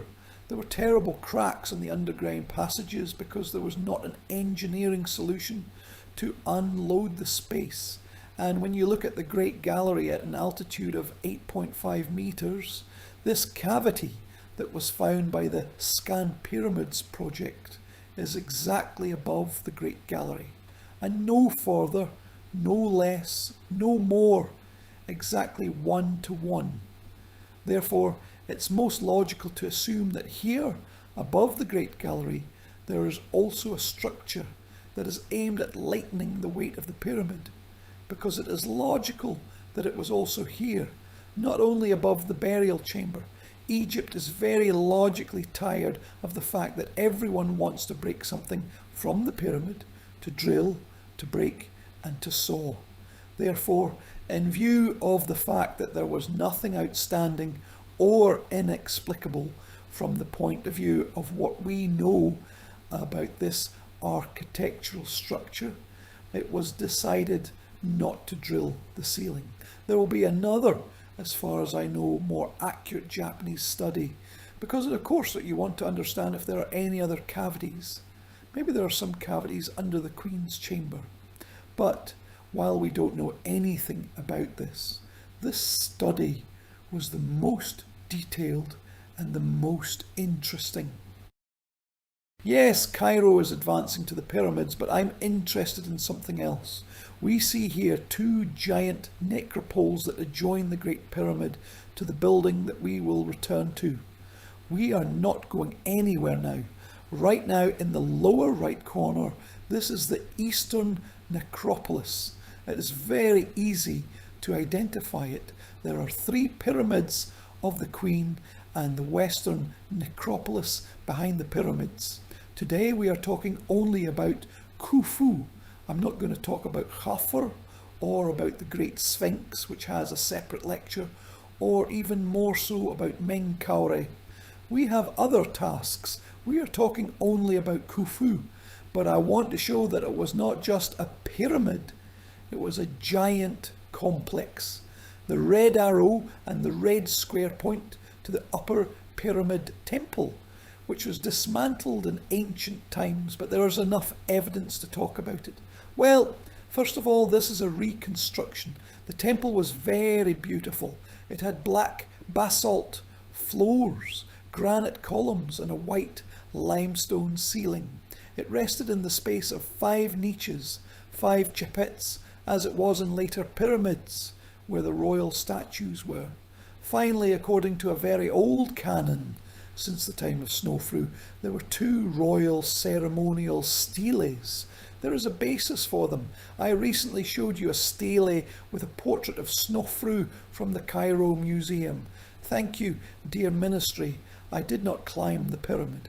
They gave me such a beautiful shot. This is the basalt floor. This is what is left of the floor at the Khufu Pyramid Temple, and then the processional road from its centre went further to the northeast. And the fact is that we would probably remain in the ignorance of what it was like, if not for one detail. All the images of Khufu and Khafre, his son, were later there in ancient Egypt, literally swept away. They were broken and buried near the pyramids.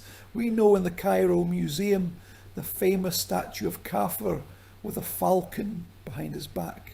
It was a miraculously preserved monument. And then the daughters of the Middle Kingdom, Amenemhetes and Senusertes, in the 20th century BC, dismantled the Khufu temples and used their material for building their own pyramids.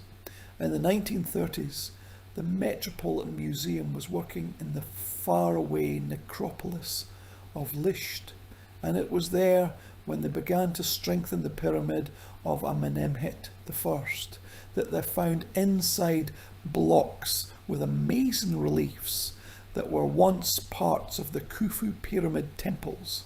First, let's look at the plan. This is how it looks. On the contrary, this is the view from the pyramid. This is the area of the basalt floor that remained.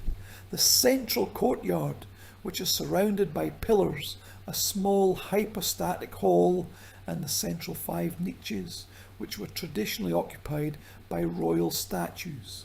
We know this from the later pyramid complexes of the 25th to 24th centuries BC. This is not the best example yet. I am now showing you the reliefs of the Metropolitan Museum. There are just different names of the Khufu. It is important for me to show that all these documents are signed. And now let's look at the level of work.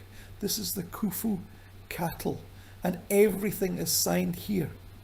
From which farm of His Majesty this cattle, which is so rich, walks on the walls of his pyramid temple. Look at the animalistics, the horns, the nostrils, how dense these herds are. These are Khufu herds. These are the walls of his pyramid temple. Wild nature, goats, desert, savanna plants. You see how the horns are intertwined. The work is amazing. My task is not just to prove to you that this was a temple. My task is to show that the temple was a masterpiece. This is one of the most famous monuments of the period of the pyramids, Khufu archers. And all this was coloured. And here, due to the fact that in the pyramid of Amenhotep, the first, it was at a fairly high level, the groundwater did not reach it.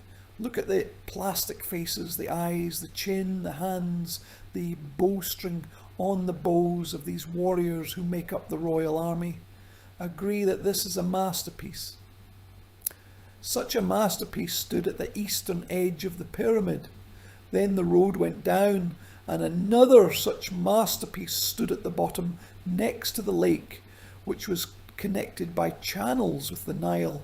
And if there are at least floors, then on top of the lower temple, which, think about it, has never been excavated, there is a village and houses of ordinary Egyptians. This is a classic trouble of Egyptian archaeology, because Egypt lives on the same Nile Valley where it lived many thousands of years ago. But now, before we go there, I will show you another very beautiful thing. This is an image of a province. Usually provinces were depicted in the form of women who carry gifts, and they have Khufu names. But here's one small detail. Someone came with a sharp weapon and began to destroy her mouth, nostrils, and eyes. This is a ritually twisted wall because it takes away the breath of life. There are many such examples. I will show you now an analogy so that you can imagine how it was. By the way, this analogy is a rare thing. It is not exhibited. This is a national treasure of Giza. This is from the temple of Snufru in Dashur. These are the provinces, the royal names above them, and the indications of what gifts they carry. And if there is a huge image program of what was on the walls, then among the reliefs, there are many of them from the temple of Khufu. There's not a single image where Khufu would worship the gods. And there is not a single image where the gods were taller or shorter than them. He is either the same height or taller. And when we read from ancient sources, from Herodotus, and Pliny the Elder and Strabo, they write that the main claim of the Egyptians after thousands of years was that Khufu closed the temples, obeyed all their own ideas in the construction of the pyramids, did not respect the gods, and exalted himself. There are several cases in the history of ancient Egypt when the king loved himself more than anything and engaged in self-enlightenment. Sometimes this king went against the tradition. Sometimes he did it within the religious tradition. Ramses II, who built Abu Simbel, did it absolutely within the tradition. He was an enlightened, beautiful king. Amenemhet III did the same in the middle of the Middle Kingdom. But Akhenaten was a religious heretic because in the 14th century, before the new era, he went against the tradition. And against the tradition, he made his temples to Khufu, whom the next generation did not forgive and destroyed everything. The temple was simply erased, disassembled, and you can imagine it was laid down as material in the later royal pyramids of the beginning of the 12th dynasty. It reached absolute nonsense. I will now show you an amazing nonsense that only a few people in Egypt know. You will know it now. This is Saqqara, the main necropolis of Memphis, and this strange home is the pyramid of King Unas, the last king of the 5th dynasty. It is not such a luxury anymore, but it is in this pyramid that the hieroglyphic texts of the pyramids for the first time. Forgive me for the tautology of the oldest religious text in the history of mankind. I'm not going to tell you about Unas at all, but the fact is that his pyramids lived poorly at that time. The pyramids were collected from what was lying nearby. There are fragments of various private tombs. Something else. This is the burial chamber of the Pyramid of Unas. You see the starry sky, hieroglyphic columns of the pyramids. Behind the sarcophagus is the image of the heavenly palace where Unas will live. It was recently covered by tourists. Everyone comes, looks and leaves. If you come to the sarcophagus on the left, take a flashlight, ask to turn off the light and put the flashlight below. You will see this. This is a block. There are even fragments of hieroglyphic texts. This is a block of the wall at the Pyramid Temple of Khufu during the image of the triumphant Nile hunt, which was used for the construction of the burial chamber of the tomb of another Tsar. Imagine the Nile hunt when he stands in the boat and raises his hand to throw a throwing stick at the birds, fish and so on. This is also Khufu in such an unexpected performance, despite the fact that the text was written and painted on the surface. No one thought that someone would come with a flashlight. But this image, a terrible image of how the memory of this Tsar is kept inside the burial chamber of the 5th dynasty pyramid of Unas.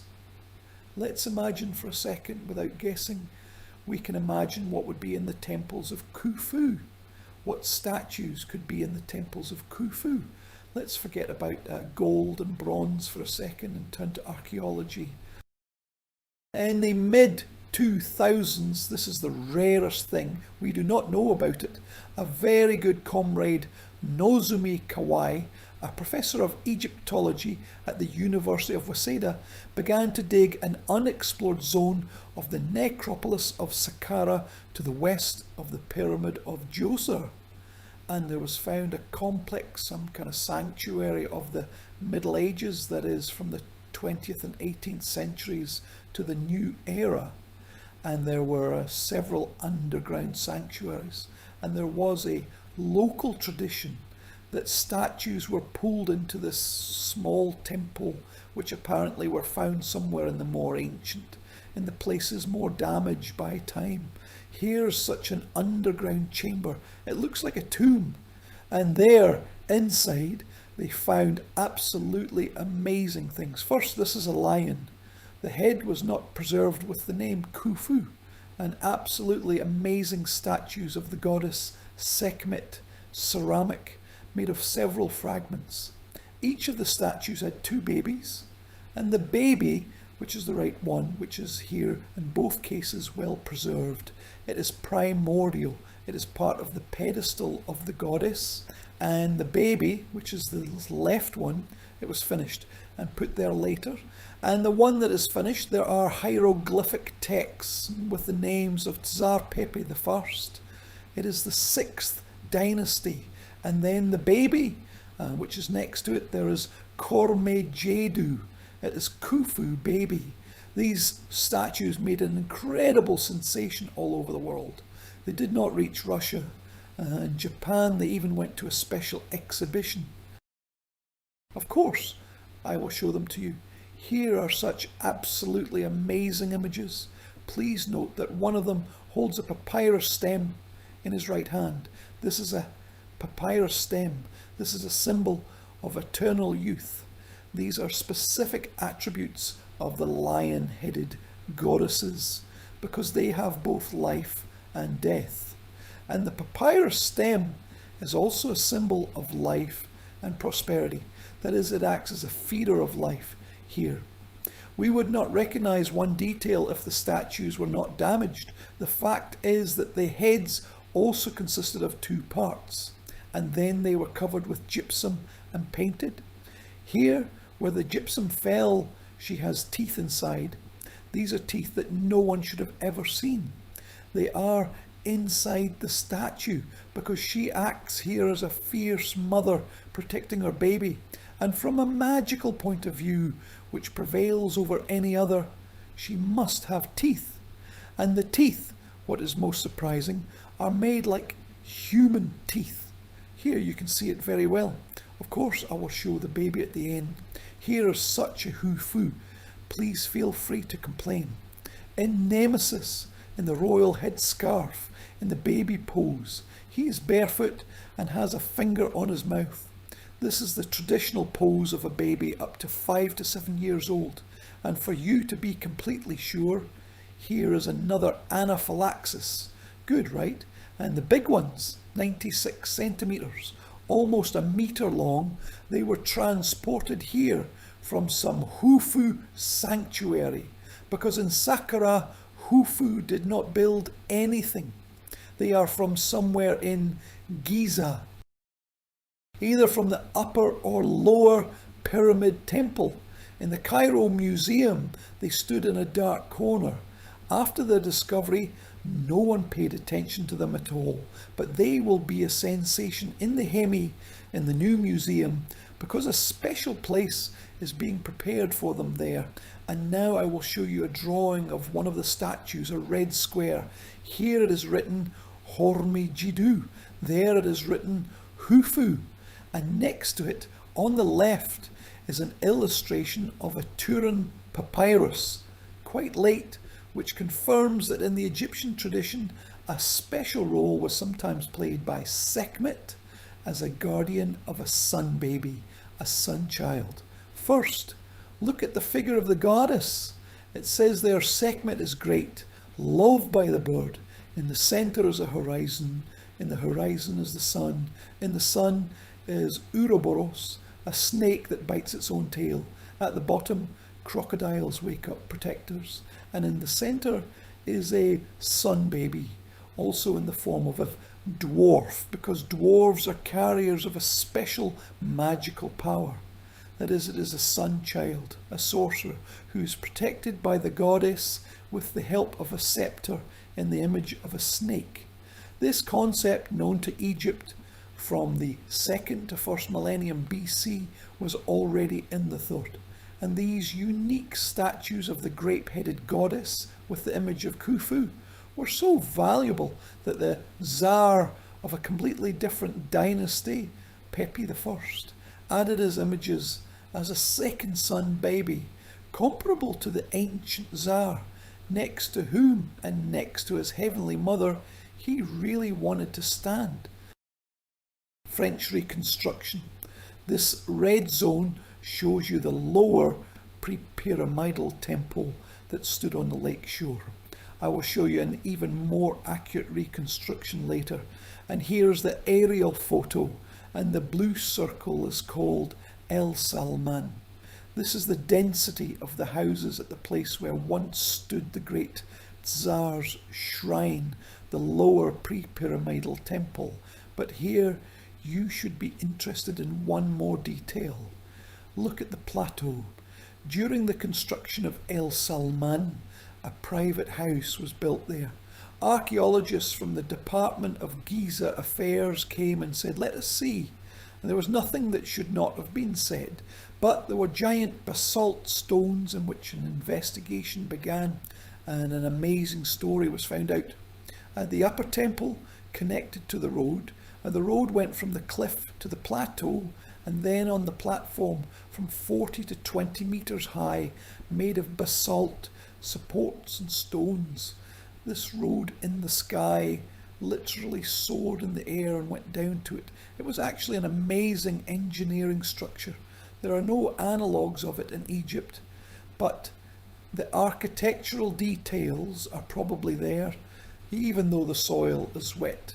Well, what can you do? A private land, nothing can be done about it. That is, the pyramids had such an exit here. Not only the temples, I will tell you about two famous archaeological discoveries related to the Great Pyramid. The red dot in this regard is from the south side. It was long known that there were empty docks in which once, according to legend, sacred boats were put, since the king himself is the little sun, and in another world he should be a companion on the boats, a judge of the sun god in his creation, a great mat, a great event. In 1954, an outstanding, very worthy Egyptian archaeologist, Dr. Kamal al-Malak, accidentally discovered one of the docks. This is the Great Solar Lady of Khufu, one of the two. It is made of imported Livonian cedar, and here it is not only itself, but also the lower left frame. This is the dock itself, and the stone limestone covers left there. And what was found there? 1,224 fragments, which all together, let's say it was just disassembled, then it was, imagine the ship itself, that you crossed it out into 4 fragments. And each of the 4 fragments had its own identification mark, and they marked these details and put them here. A wonderful Egyptian restorer. He saved a lot of monuments in the Cairo Museum, Ahmed Yusuf Mustafa, for many years. First he made a small copy of each fragment, and with this puzzle he assembled this dock. And when he finally assembled it, according to the codes of small details, because he could not risk the fragility of large details, he assembled this miracle in a few years. This dock museum was opened in 1982. The length of the dock is 44 metres. The width is 6 metres. There is a wonderful book in Russian, Nancy Jenkins, The Dock Under the Pyramid, 1986. A wonderful translation of the English original. The whole story is told there. The dock walked along the Nile. There are traces of the Nile on the cedar. Apparently on these docks the royal body was transported to the lower Pyramid temple. The burial was already carried out by Jedafra, one of the eldest sons of Khufu, who became his heir. There are a lot of secrets in this dock. I will tell you my favourite first. First, there is a royal cabin. When you stand in front of the entrance, you will not see what is inside because there is a zigzag so that the royal person, and then in several rows there are special rails above the roof on which the fabric was pulled and water was poured. It was a natural air conditioner. That is, there was a lower temperature than in the environment when the boat sailed along the Nile. Stem and nose and on the stern have the shape of a papyrus stem. But we all know that the king, he is a whore. He fights for the truth. He defies the beast of horror that dwells in the water. Therefore, on the first oars there are magical harpoons. Very few people pay attention to them. They are united here by this turquoise circle. These are ritual oars. They are gigantic. They are not for anyone. It is clear that the royal ship carried a whole flotilla of ships. We know such examples from later eras. And here the nobles stood. There was a special canopy on the bow where one of the symbols of the royal power stood at that time. It was a divine standard when the king was inside. Here's the flotilla itself, and these are genuine ropes from the 26th century to the new era. It was absolutely dry in this hiding place, in this stone dock. When you walk around Egypt, in the part of the archaeological zone where the archaeologists started a little, you see a camel's thorn. It is called the halfa grass. Its root goes 15 metres deep into the soil, and these are ropes from the halfa grass. This is the strongest thing that can be. And these are ropes, not ropes. I offended the ancient sailors. These are genuine ropes. Why should they be so strong?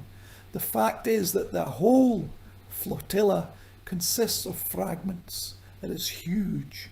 There was no such volume of boards, especially the Lebanese cedar. As a result, what did they do? I will now show the structure of the flotilla. It was sewn together with these ropes and from fragments that went to each other with grooves and were flooded. And the tree was swollen, the water was drawn out. The flotilla rose and became waterproof. This is what all the main Egyptian ships did. This is amazing because when the flotilla had to be moved up through the desert, the flotilla was quickly dried up, the ropes were removed, it fell apart into many fragments. They were collected in words and pleas to the capital through the desert. No problem. Another frame will now be very beautiful. This is the back stem. See what shape it is. It is incredibly graceful. That is, the swimming was, of course, very spectacular.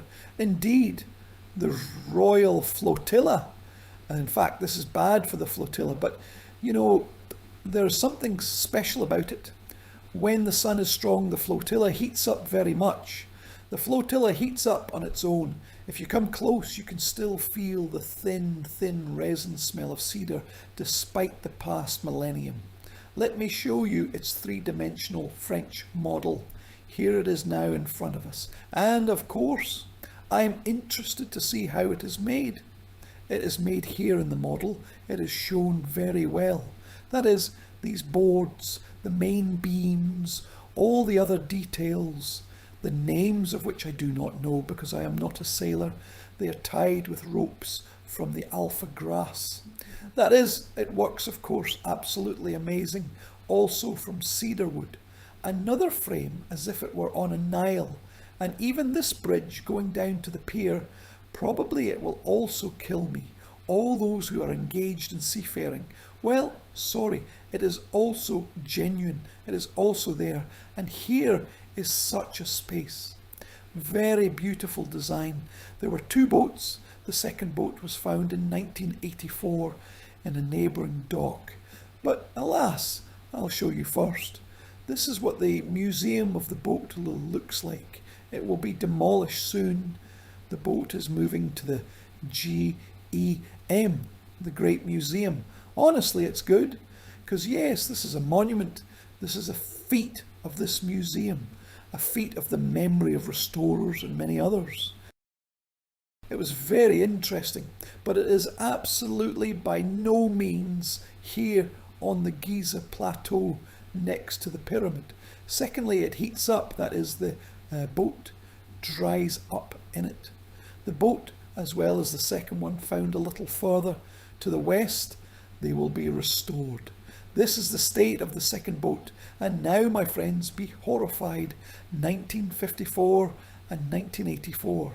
Hello to all those who built Sad El Ali, the high-altitude Suan Dam, because with groundwater came mould and termites. And if the first boat was practically untouched, but you see in what condition, there are practically no replaced wooden parts. This is what is in the second dock, and this is a Japanese project. Japanese specialists soak these boards. It will also be assembled, but it is smaller, and of course visually it will not be comparable to the Great Boat of the Sun, which has the shape of Yuya. This is the shape of the Sun Boat, which was found in 1954. Another find, which I cannot say in 2 words, it has a direct relationship to Khufu. You see here, next to his pyramid, 3 large satellite pyramids and a small pyramid, which you will not see on aerial photography. This is his cult pyramid, which was accidentally found when the asphalt was removed in the early 2000s. There was an asphalt road, and the Lithuanians accidentally found the base of another pyramid. In Egypt it happens. But I am interested in the red dot called G7000X. Giza, tomb number 701925, outstanding American archaeologist George Eisner, who was one of the largest researchers of Giza, Harvard University and Boston Museum joint mission. He makes a photo fixation of this area, and the base of the Trinogy went under the sand. They began to dig and found that there's not a stone but gypsum. So a very deep mine was found, which was the burial of Queen Hetephereos I, Khufu's beloved mother. It took a lot of time to first clear this whole mine. It is important that the passage to the burial chamber was laid with inscriptions with the names of Khufu. There were the head of a bull and other sacrifices that were left in the tomb. Inside, there were absolutely amazing elements of the daily life of the queen. And then you just need to bow low to the restorers, because all the gold and precious materials remain genuine, and the tree was burned to ashes. And then in detail, trying to understand what it was, all this was taken out. The tree was made new, and the genuine tree was covered with ancient gold. The modern reconstruction is the throne of the queen. But the most interesting was here. These are huge chisps for the royal ceremonial baldachin, where Her Majesty went out where there was no residence. And this is how one of Reisner's assistants works on the mattresses inside the tomb. Magnificent. This reconstruction was made in Boston. The originals are all kept in Cairo. There is a royal tent. It was covered with fabrics, a royal bed, one of the armchairs with papyruses, the symbols of youth, and this beautiful box. In addition, the Queen had silver bracelets. I don't know what could be bought at that time for silver bracelets. There were a lot of them. Silver was brought from Anatolia. There was no silver in Egypt. And this is the royal throne. It is still not restored. It was prepared for restoration. Its exact copy. All thousands of incrustations from foynes were studied, and now the original will be restored on the basis of this first model, because the tree, as you understand, has withered, and all these genuine elements remained.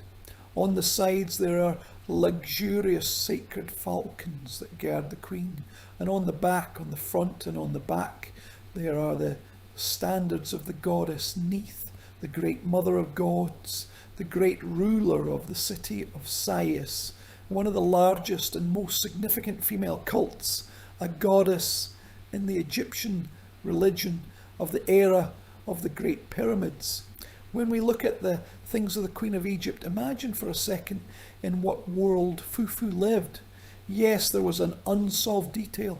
The fact is that the pyramid built for the queen turned out to be empty. This secret mine next to it was filled with funerary gifts.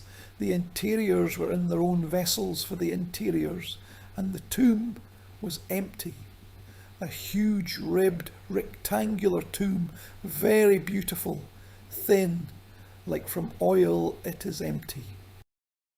And one of the most logical hypotheses is that this is a secondary secret burial, that apparently the burial was initially damaged, the mummy of the queen was damaged, because if it were just a ritual burial, there would be no interiors in the vessels, and they were there, and its secrets were reburied and sealed in such a deep mine next to the pyramid of His Majesty.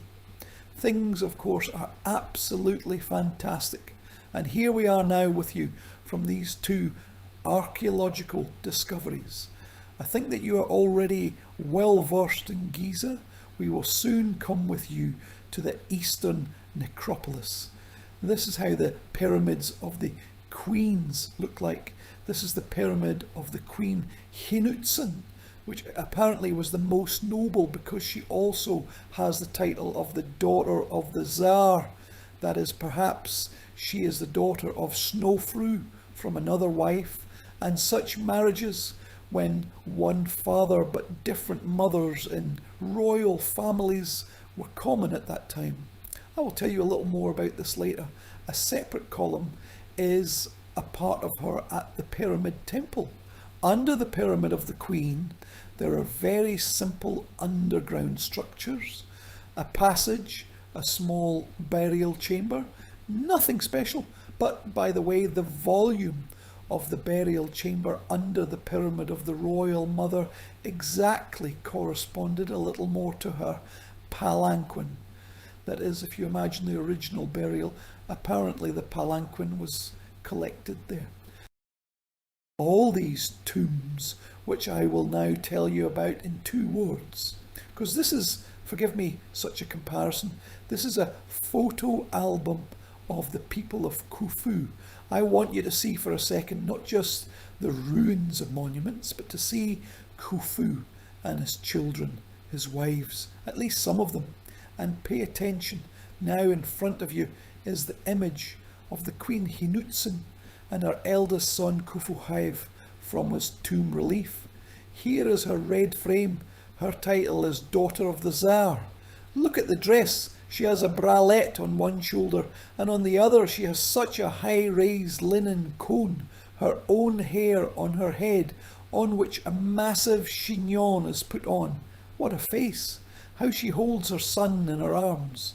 This is the 26th century BC, at least on such reliefs. He is also a very high raised nobleman. Look at the world of those people who now, in the form of broken tombs, lie to the east and to the west from the Pyramid of the Lord. This is what Giza would look like if we could look at it from the ground.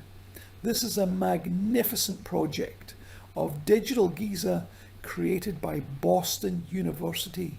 You can look at it on the internet. Here, on the upper left frame, you can see restored tombs of Mostab, translated from Arabic as Skamia, such elongated pyramids. They have a lighthouse inside and an underground burial chamber. The upper lighthouse is for commemoration, for the living to come in, to remember, to bring offerings. The lower one is for the inhabitants of another world. There is a burial chamber there. There are several faces. This is Qawab. Kawab was the eldest son. He was the heir to the throne. He was the great vizier of Chathia. He died apparently while his father was still alive. This is his image of a noble nobleman who stands in the position of a sir, but it is preserved on the wall of the tomb of his daughter Tsaritsa Mirisang III. His wife Kteferes II hugs their daughter Mirisang III. This is a family.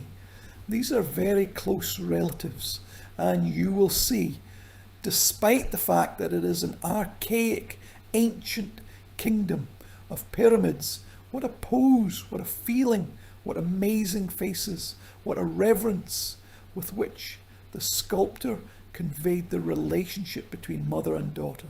And there is not always a ritual gesture, because when Tsarevna Mirisang died, the living mother, apparently she died soon after, gave her sarcophagus. It was made easier for her. And the ceremonial sarcophagus, which was supposed to be made for the elder queen, was used for her daughter. When Kawab dies, Tsaritsa Kteferes II will marry the man who will become the next pharaoh for Tsar Jadafras. She replaced two brothers in their marriages because the main line of the throne of inheritance, a very beautiful monument. One of the masterpieces of the Louvre is the head of the Sphinx of Tsar Jadafras. This is the younger brother of Kawab, the second of the elder sons of Khufu, who became the next pharaoh. The monument is made of quartzite, and when you walk around it in the Louvre, it sparkles. It is absolutely incredible. It is from the complex of Jadafras Aburwasha. He was buried not in Giza, but in the northern part of the Neapolitan necropolis. Kawab is the next Tsar, also the son of Khufu, and this fantastic perfect shot shows the Great Pyramid on the left, the Great Pyramid on the right, which is well distinguished by the preservation of the upper facade. The upper crystal is almost preserved. The Great Pyramid of Giza is the second one, and his sculptural portrait from the broken statue. We remember that his statue was destroyed, as well as the statue of his father. And the collection of the new Carlsberg Glyptothek in Copenhagen, where the magnificent Egyptian collection is. And these modest tombs, I can't even show you the relief. And this is the son who became a legend. This is Jadafras Aburwasha, the most famous wise man of the 4th dynasty.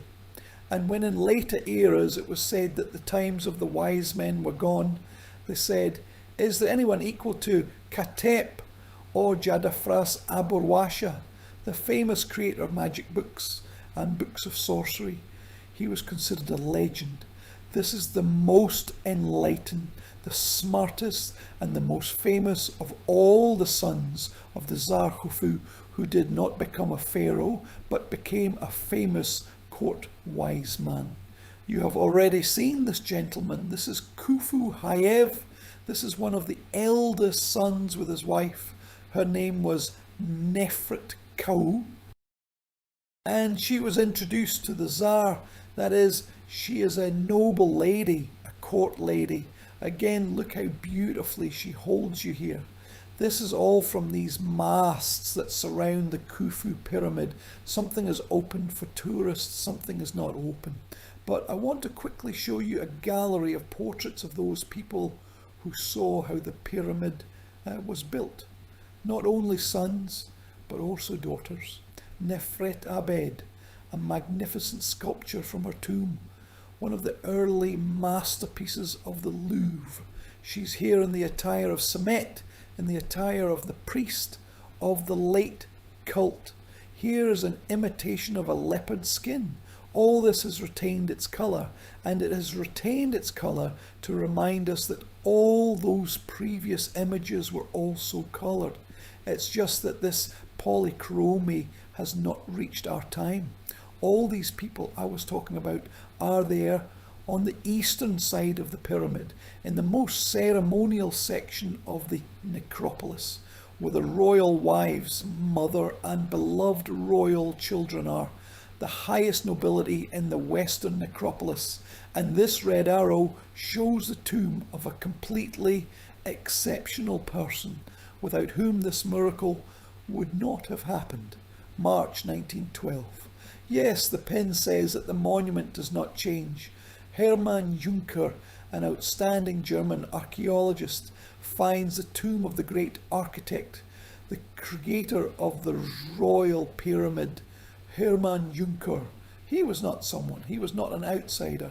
This is the beloved eldest son of the archaeologist Nefermort, his wife Theth. That is the archaeologist who built 2.5 pyramids for Snofru. He was the father of the person with whom the entire complex of the pyramid King Khufu was built. In Serdab, this was a completely closed part of the tomb. In antiquity, a hole was made for the child. The child crawled inside, and he, with a sharp object, first pierced the statue's head, and then he sat and picked it out. The statue had encrusted eyes. We know that for this time, quite often, remember the famous statue of the court of Rakatep, and Neferet Rakatep, by the way, is Khufu's brother. There are encrusted eyes in copper alcove, eyes with a protein from a limestone or alabaster, a rainbow shell from a mountain crystal, and then this living look. As a result, it was still possible to restore this head. Naturally, no one began to make the incrustation. It would have been a novelty, but they restored all the features of the face and just made such blind eyes. Here he is, the great Kemion, the son of the Tsar, an outstanding architect, and Merakat Nesu, the head of all the works of the Tsar. It is he who is mentioned in all the preserved documents as the great Tsar's architect and manager of all the works on the construction of the pyramids of His Majesty. You see the eyes, I show them from afar. This is the most famous monument from the Egyptian collection of the Hermes and Epilepsy Museum in Hildesheim. Maybe even Hildesheim will give it at the opening of the great museum in Giza, they promised. Although the monument left Egypt legally, it was given to Juncker. It was once all painted. Fragments of polychrome painting remain on the hieroglyphic texts at the base. Still, the face was restored here, so I will show you this relief. This is the real face, a fragment of the wall from his tomb. Deeply seated eyes, eyebrows, this proud nose, which is characteristic for the royal family of the 4th dynasty. Compressed lips, he is full, he has a second chin. This is the builder and the chief manager of the royal construction. The second person, also an amazing portrait. This is the royal son. He is a close relative of Khufu. This bust was found in his tomb. This is the main masterpiece of the Egyptian collection of the Boston Museum of Fine Arts. This is a fantastic portrait. It is one of the 10 most famous monuments of Egyptian art in the world. Initially, do not think that the bust actually had a false door. There was an image of a victim at the foot of the false door. There was a bust, and he had 2 hands that pulled the victim. These hands were not preserved, so here's such a bust, but the face is absolutely amazing. Also, in all the economic documents about the construction of the Royal Pyramid, Anhaf, he is the Emir of Arunaisu. He is the chief of the Royal Lake. This is a person who is engaged in the supply of materials. That is, all the supplies, equipment, materials, all these stones, which I will now talk about in the final part of my story. This is all Anhaf, and we know this not because it was invented by the Egyptologists, but because it is written on the papyrus and on the walls of the tombs. In 2013, a unique find was made by French archaeologists in Wadi al-Jarf on the shore of the Red Sea, near the ancient port that communicated with the Sinai Peninsula. There was a stream of copper, and in the middle of the stream there was a garbage dump. A garbage dump is useful for archaeology, everyone knows, because once a man named Myrer, who worked on the construction of the Royal Pyramid, the pyramid was built, he was elevated, he became the chief of this port, and having become the chief of the port, he threw his notes into the garbage dump. The garbage dump was in the desert, and in the end, this is the oldest Egyptian papyrus preserved from the text. This is the diary of Mr. Myrer, or the papyrus of Wadi al-Jarf. These are the times of Khufu. Khnum Khufu is written here on top, and this is an absolutely amazing diary of 3 months of construction of the Royal Pyramid. He had a brigade, he had large rafts and a ship. He was engaged in the delivery of stone blocks of the Turkish limestone from the east coast to the west. There are details there. What kind of provision, what pleasure his brigade received from the royal house. You can look at the publications. There's a lot of material on Wadi al-Jarf because it was an absolute sensation, which simply put an obelisk on the grave of all those who spoke about the Inni Perletons implanted in the construction of the Great Pyramid of Cheops. Not a gravestone, but an obelisk, the most detailed, not literary, absolutely not literary, economic accounting, ancient Egyptian accounting on the construction of the Great Pyramid. And there, most of all with a little bit of a sigh, even in accounting, it is said that they carry these stones. There is a volume. All this can be seen on the internet, and all this is accepted by Mr. Anhaf, whom you have just seen, and so that only Anhaf would accept, so that everything would be good, because these are the stones of the face. They are specially high quality. It is clear that the deputy of the royal architect was particularly fond of them. Here too, so that you can see what these scrolls look like. They are amazingly preserved. At the end of the lecture, I will show a publication where you can see, well, just about these papyruses. You can even read a lot on the internet so that you can see how the life of the royal master was going. A great picture, well, which should surprise you, because these 3 months, I did not accidentally say that 3 months of the diary is a show of works. These are the 3 months when the Nile was spilling, when a huge number of free commoners who did not work in their fields, no slaves. Let's forget this in the textbook of the 5th grade and put a second obelisk above it. The Nile was spilling. As a result, look, next to the lower royal pyramids, the so-called marinas, huge lakes, because it made it very easy to deliver the stone. Then, 4 years ago, Mark Lehner in Giza found traces of roads that were specially carved in stone, along which all this was pulled. I'll even show you who pulled it. It's absolutely amazing. And in addition to the Great Pyramid, there's such a reconstruction of the tomb to what the mayor did in his diaries. And surprisingly, I took an old frame so that there was no construction. This is the Caminalo Neturi. This is the Mukattam Plateau, which is opposite Giza on the eastern bank of the Nile. Look, there are marks of how these blocks were carved. There are inscriptions of architects. There are notes. Someone drew a dolphin sitting by the fire in the evening. Someone wrote the name of his beloved woman. Now, there was a lot of this epigraphic material. The work was terrible. In any case, this is the Zvezkov Caminalo Neturi.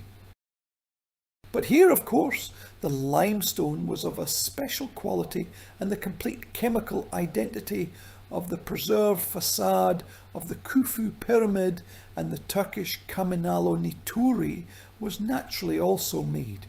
The facade was brought from there. Accordingly, the main building stone was tried to be mined where nearby, because it was necessary to save money and reason to spend physical strength. There's Khufu on the left, Khufu on the right, a piece of Khufu. At Khufu, the platform was levelled. These are traces of the ancient quarry, and there are traces of how wooden beams were clogged, water was poured, limestone peeled off, then roughly polished and pulled on the fibres. Moreover, there are several layers. Do you see the traces of these beams? 3 layers of stone blocks were taken from here. It is curious that here, in the so-called Khufu Kaminalo Nituri, there are hieroglyphic inscriptions of famous architects of the era of the New Kingdom who came to see the work of their more ancient colleagues. There are inscriptions of the era of Tutankhamun and Ramses the Great, that is the 14th to 13th centuries before the new era. There are also traces of these chiselled blocks. The grooves were punched between them so that it was possible to somehow operate with it. And then there's such a reconstruction of how it was done. Nothing, no science fiction, greatly organised, titanic human labour. Moreover, Mark Lehner, I say this name a lot today, is the best researcher of Giza, an outstanding American. Together with construction companies, he calculated, under these working conditions, under the absence of the mills brought by the Neapolitans, from 14 to 40,000 workers, 40,000 at the peak of work. That is, there is nothing super incredible here. But unfortunately, by the 20th and especially by the 21st century, a person lost confidence in his abilities. He is confused by technology and does not believe in such an oriental way of production that was there. Naturally, if I say that we know absolutely everything about the construction of the Khufu pyramid, I would be wrong. And the main riddle, which is still not solved, is not how they mined the stone, not how it was all pulled, but how the stone rose to great heights. Herodotus, referring to the stories of the Egyptians, writes that supposedly wooden mechanisms were raised from one mini step to another, but this does not withstand any criticism. Here are 3 modern hypotheses. It is difficult to say which of them is correct, which show the ramparts. All unfinished pyramids have ramparts. There are tombs too. The Egyptians always used ramparts to move heavy structures, but how was the rampart itself? Was it zigzag shaped? Did it use the unfinished upper part of the pyramid? Or did it enter the structure of the pyramid itself? This hypothesis is now considered the most respected, the far right. We do not know for one simple reason. The construction was completed, the pyramids were perfect, the ramparts were disassembled. Only on unfinished pyramids, such as in Zaviat al-Ariani or on other monuments, you can see that there were ramparts, but we do not know how exactly they were used. You remember that the interior rooms of the royal burial chamber of the Khufu pyramid are made of granite. This granite quarry is a huge block for an unfinished royal statue. All this was made with the dolerite balls. Look how the dolerite balls have beaten almost to the thin edge of the base under the statue. Then there was a grinding unit. A microanalysis of this granite was made. There, in the cracked granite crystals, the abundance of fragments of quartz sand, which on the scale of mousse has a hardness of 7.5, and even, apparently, of corundum. Why was copper needed and not something more durable? And quartz sand and corundum is soldered into copper. It turns out something like coarse sandpaper, and then the titanic work that gave this fantastic result. All this is in the quarry, and there are no questions in some later pyramids. I'll just show you for comparison.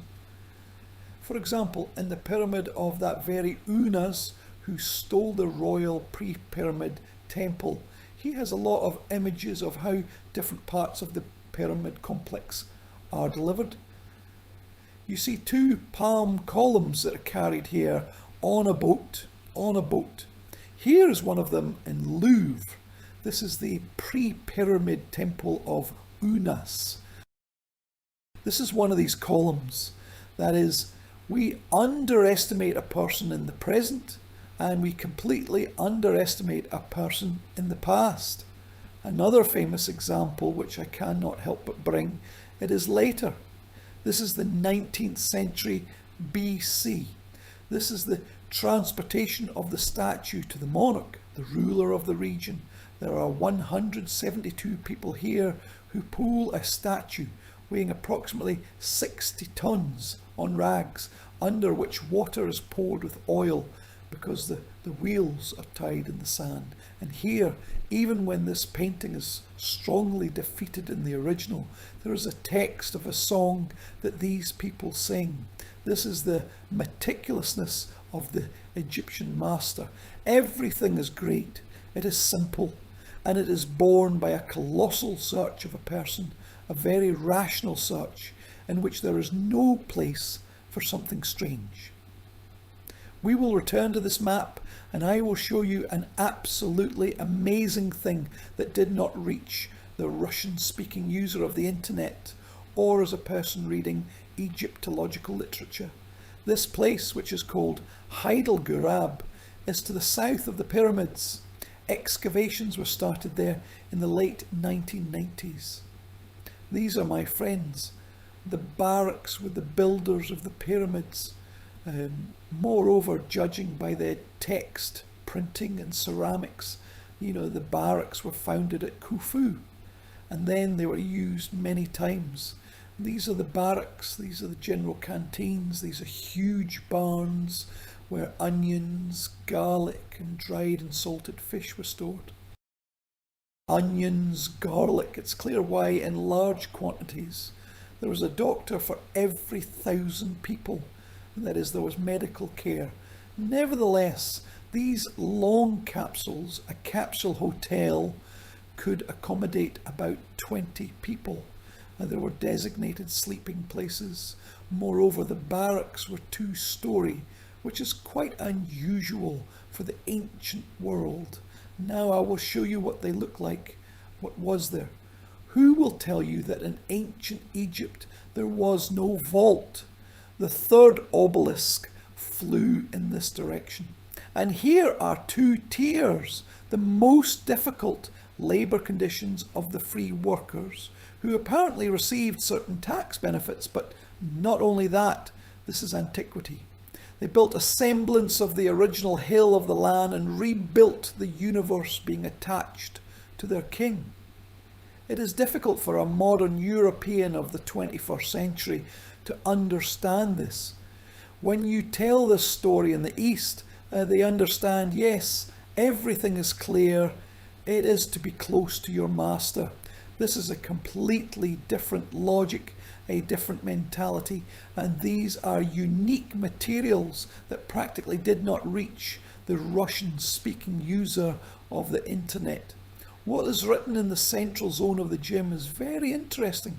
This is about 50 to 60 centimetres high, such long rectangles made of clay on which there were high wooden columns that supported the ceiling. This is the dining room. There is a huge number of fish bones, objects, swallows, everything that remains near the garbage. This is one hall where people sat and ate because they needed something to eat. In addition to deliveries from different provinces, there was absolutely incredible bread and cookies. These are real pots frozen by the mass of the dough approximately 150 years later by Khufu. That is, they are used in the construction of another pyramid. Here are these cone pots. And then it was very interesting. There was an envelope of bread and cookies. Because they were clay pots combined together, they were filled with liquid dough. Then they were put in such a long rectangle under which the fire was lit, like a long stove. They were put on the stove, then they were taken out. They threw the bread out, poured it in, inserted it, took it out, threw the bread out. And how to feed? Because even 40,000 people at that time, this is a completely colossal army, by the way. It was divided into groups. We have a huge number of documents. 10 people, a minimum group, 40 people, the next group, groups of their master, and so on. That is, this is a separate, very large material. They not only lived, they not only built, they unfortunately were still dying. This is an aerial photograph taken by Kei Yamamoto. This is a Japanese project by Giza. These are the tombs of those people who stayed here forever. I will show you now in a little more detail. Well, such a tomb, a dome, just a dome inside the body. At that time, the Tsars were balsamized with difficulty. This is a deep antiquity. There is no mention of balsam, and there is just a person who died. And there are people with fractured spines, exhausted, with broken arms, legs, with terrible, very, very much. And only the person who was a brigadier could afford such a door to another world. And it says a little bit who he is, that he is a brigadier. What was his name? What was his mother's name? What was his father's name? And his wish that in another world God would not leave him. This is an expensive burial. This is the lower right frame. The lower left frame is a preserved dome massif. There's a small tomb inside. It does not look like the pyramid of His Majesty, although it is very close. And these are the people who built the Tsar's tomb. The upper frame is richer tombs. These are brigadiers. These are some leaders, a group of workers. Everything is simple inside too. And there is even a sarcophagus from a whole limestone. The neighbours made it. And here is the lower frame on the left. This is Dr. Zahi Havas, who, together with Mark Lehner, I think you all know him well, he found this cemetery of workers. And there's a skeleton inside. This is a rich burial, and there's not a single amulet. There are no funerary masks. There is nothing. There is just the body of a person who either died or died on the construction of the Great Tsar's Pyramid. The generations went on, and these rulers, Khufu, Khafur, Menkar, were the priests of the late cult. These people lived about 120 to 130 years after the death of Khufu. This is a false door to the tomb of a whole family. His name was Miri Khufu, Khufu's favourite Tsar. Her name was Nubkateb, the good gold. He was the head of the priests who worshipped Tsar Khufu in his late temple. She was his wife. He had a son. She had a daughter. Nubaret, the created gold. The names are all very beautiful. They did not remember what Tsar Khufu looked like. They saw his tombs and statues. But there is one very interesting thing. We all remember Khufu's theology. And this Khufu's theology is multiplied by the fact that he has priests who we know more than all the other late cults of Tsar Khufu. There are several dozen of them. There are many of them for this time. That is, on the one hand, the theology, on the other hand, the cult. And the cult is also a heritage. It is a provision. It is what these priests are fed on. And there were quite a few priests in Khufu at first, and before the pogroms in the late temple. Here's an example from the Metropolitan Museum in New York. Let's go back to the finale. We have a little bit left. Wait a minute. Let's go back here. you have already seen this frame. This is the light temple of Queen Hinozan. The name of Khufu was almost forgotten, and the era of the new kingdom has already passed. The great Sphinx stood nearby, which was associated with the places of coronation. But the memory of one of the most noble queens remained. There is a memory that a woman was venerated here. Therefore, here in this temple, which was restored, the cult of the goddess Isida, the great ruler of the pyramids, there was a separate priesthood here.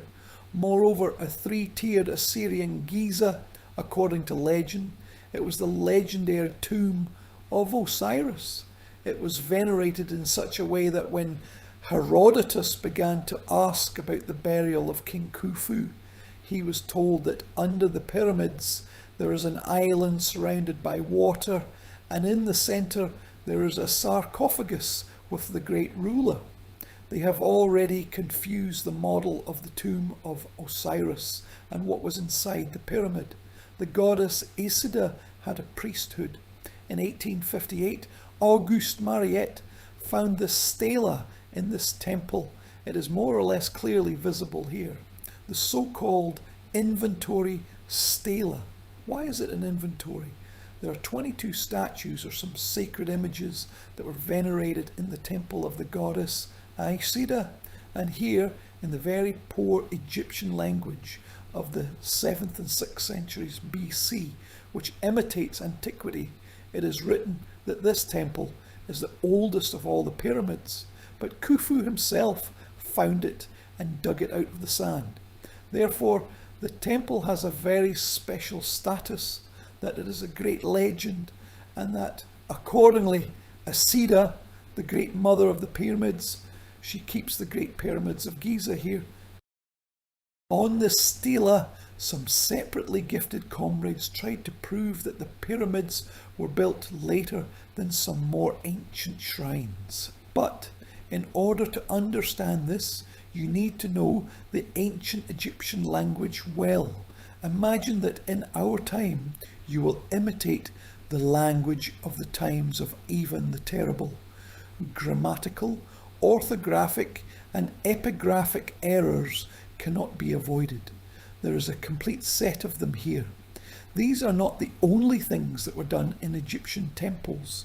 This is an attempt by a priest of that time, the temple was known, to age the cult, to pay special attention to the sanctity of the place, and even remember the name of King Khufu.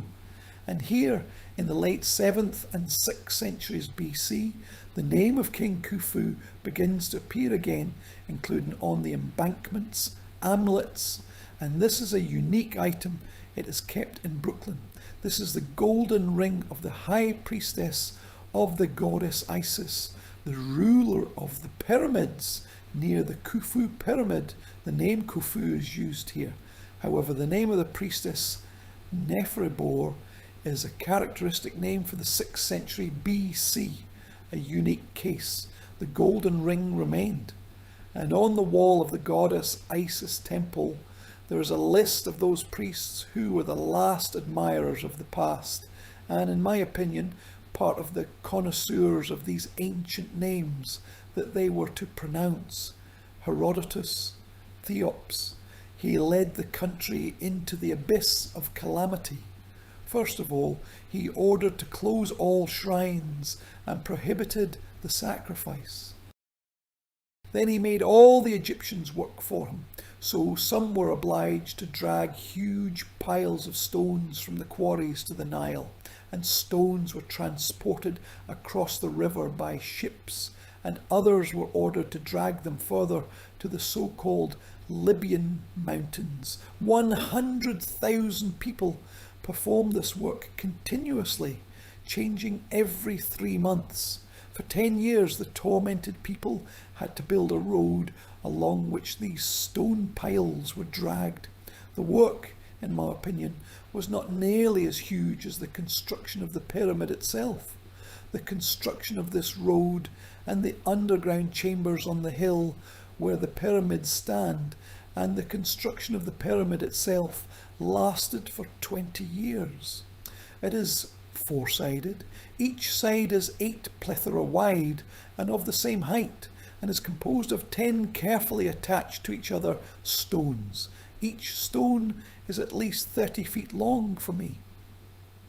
Acheops in the end came to such a disgrace, according to the priest, that in need of money, he sent his own daughter to a public house and ordered her to get a certain amount of money. The priest did not know the daughter performed the father's command, but she also intended to leave a monument for herself. She asked each of her visitors to give her at least 1 stone for the construction of the tomb, and for these stones, according to the priests, an average of 3 pyramids was built, which stands in front of the Great Pyramid, and each side of this pyramid is 1.5 plethora. This Acheops reigned, according to the Egyptians, for 50 years, and after his death the throne was inherited by his brother Hephaestus. He acted in everything like a brother, and also built a pyramid, which however does not reach the size of Acheops. I myself measured it. Hephaestus reigned, according to the priests, for 56 years. These 106 years are considered the time of the greatest disasters in the history of Egypt, when the sanctuaries were closed. The Egyptians hate these kings so much that they call their names well. This is what Herodotus told the ancient Guide. We see even in the content of today's lecture how many errors and mistakes there are. But that's not the point. The point is the feeling of the epoch. This is what the aliens were told, looking at these pyramids in the 5th century BC. And it is clear that the princess, the daughter of Acheops, was never in a public house. And it is clear that Hephaestus was not his brother, and so on. But the work was so terrible that the temples were closed, the statues were broken, the names erased, and even there, I did not quote, Herodotus says that the names of the kings tried not to call because the memory of them was sick. This is how the Nile used to flow. The Nile used to flow like this. You will not see this. These are the 1870s, this beautiful alley. They later let the horse through it. This is the Sharia al-Haram. This is the Pyramid Road. Now there are hotels here, shops are being traded, tourists are running. The Sharia al-Haram is one of the most complex on the subject of traffic jams of Cairo, but that's not the point. The Copts wrote about the pyramids. The Roman emperors came here. Napoleon Bonaparte was here, and making a mistake, he said, look, soldiers of 40 centuries are looking at you from the height of these pyramids.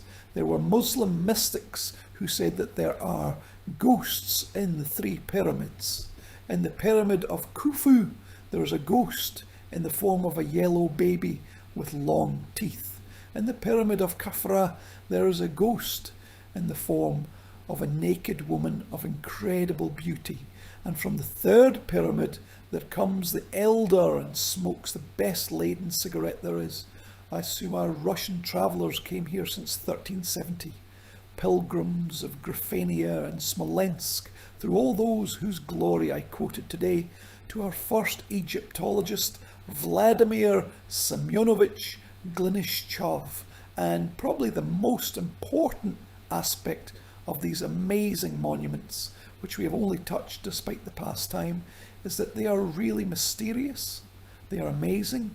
You can visit them a huge number of times and still you will ask questions, because they were built as a legend about how to win the time for the king. They were built as a monument for those people who made this gigantic work. They became a symbol of Egypt and the only surviving wonder of the ancient world. And in my opinion, when you look at them, that this is a real starry sky, this is a large exposure. This is not Photoshop. On the left is the pyramid of Khufu, the Great Pyramid, and Hafra is shining a little to the right.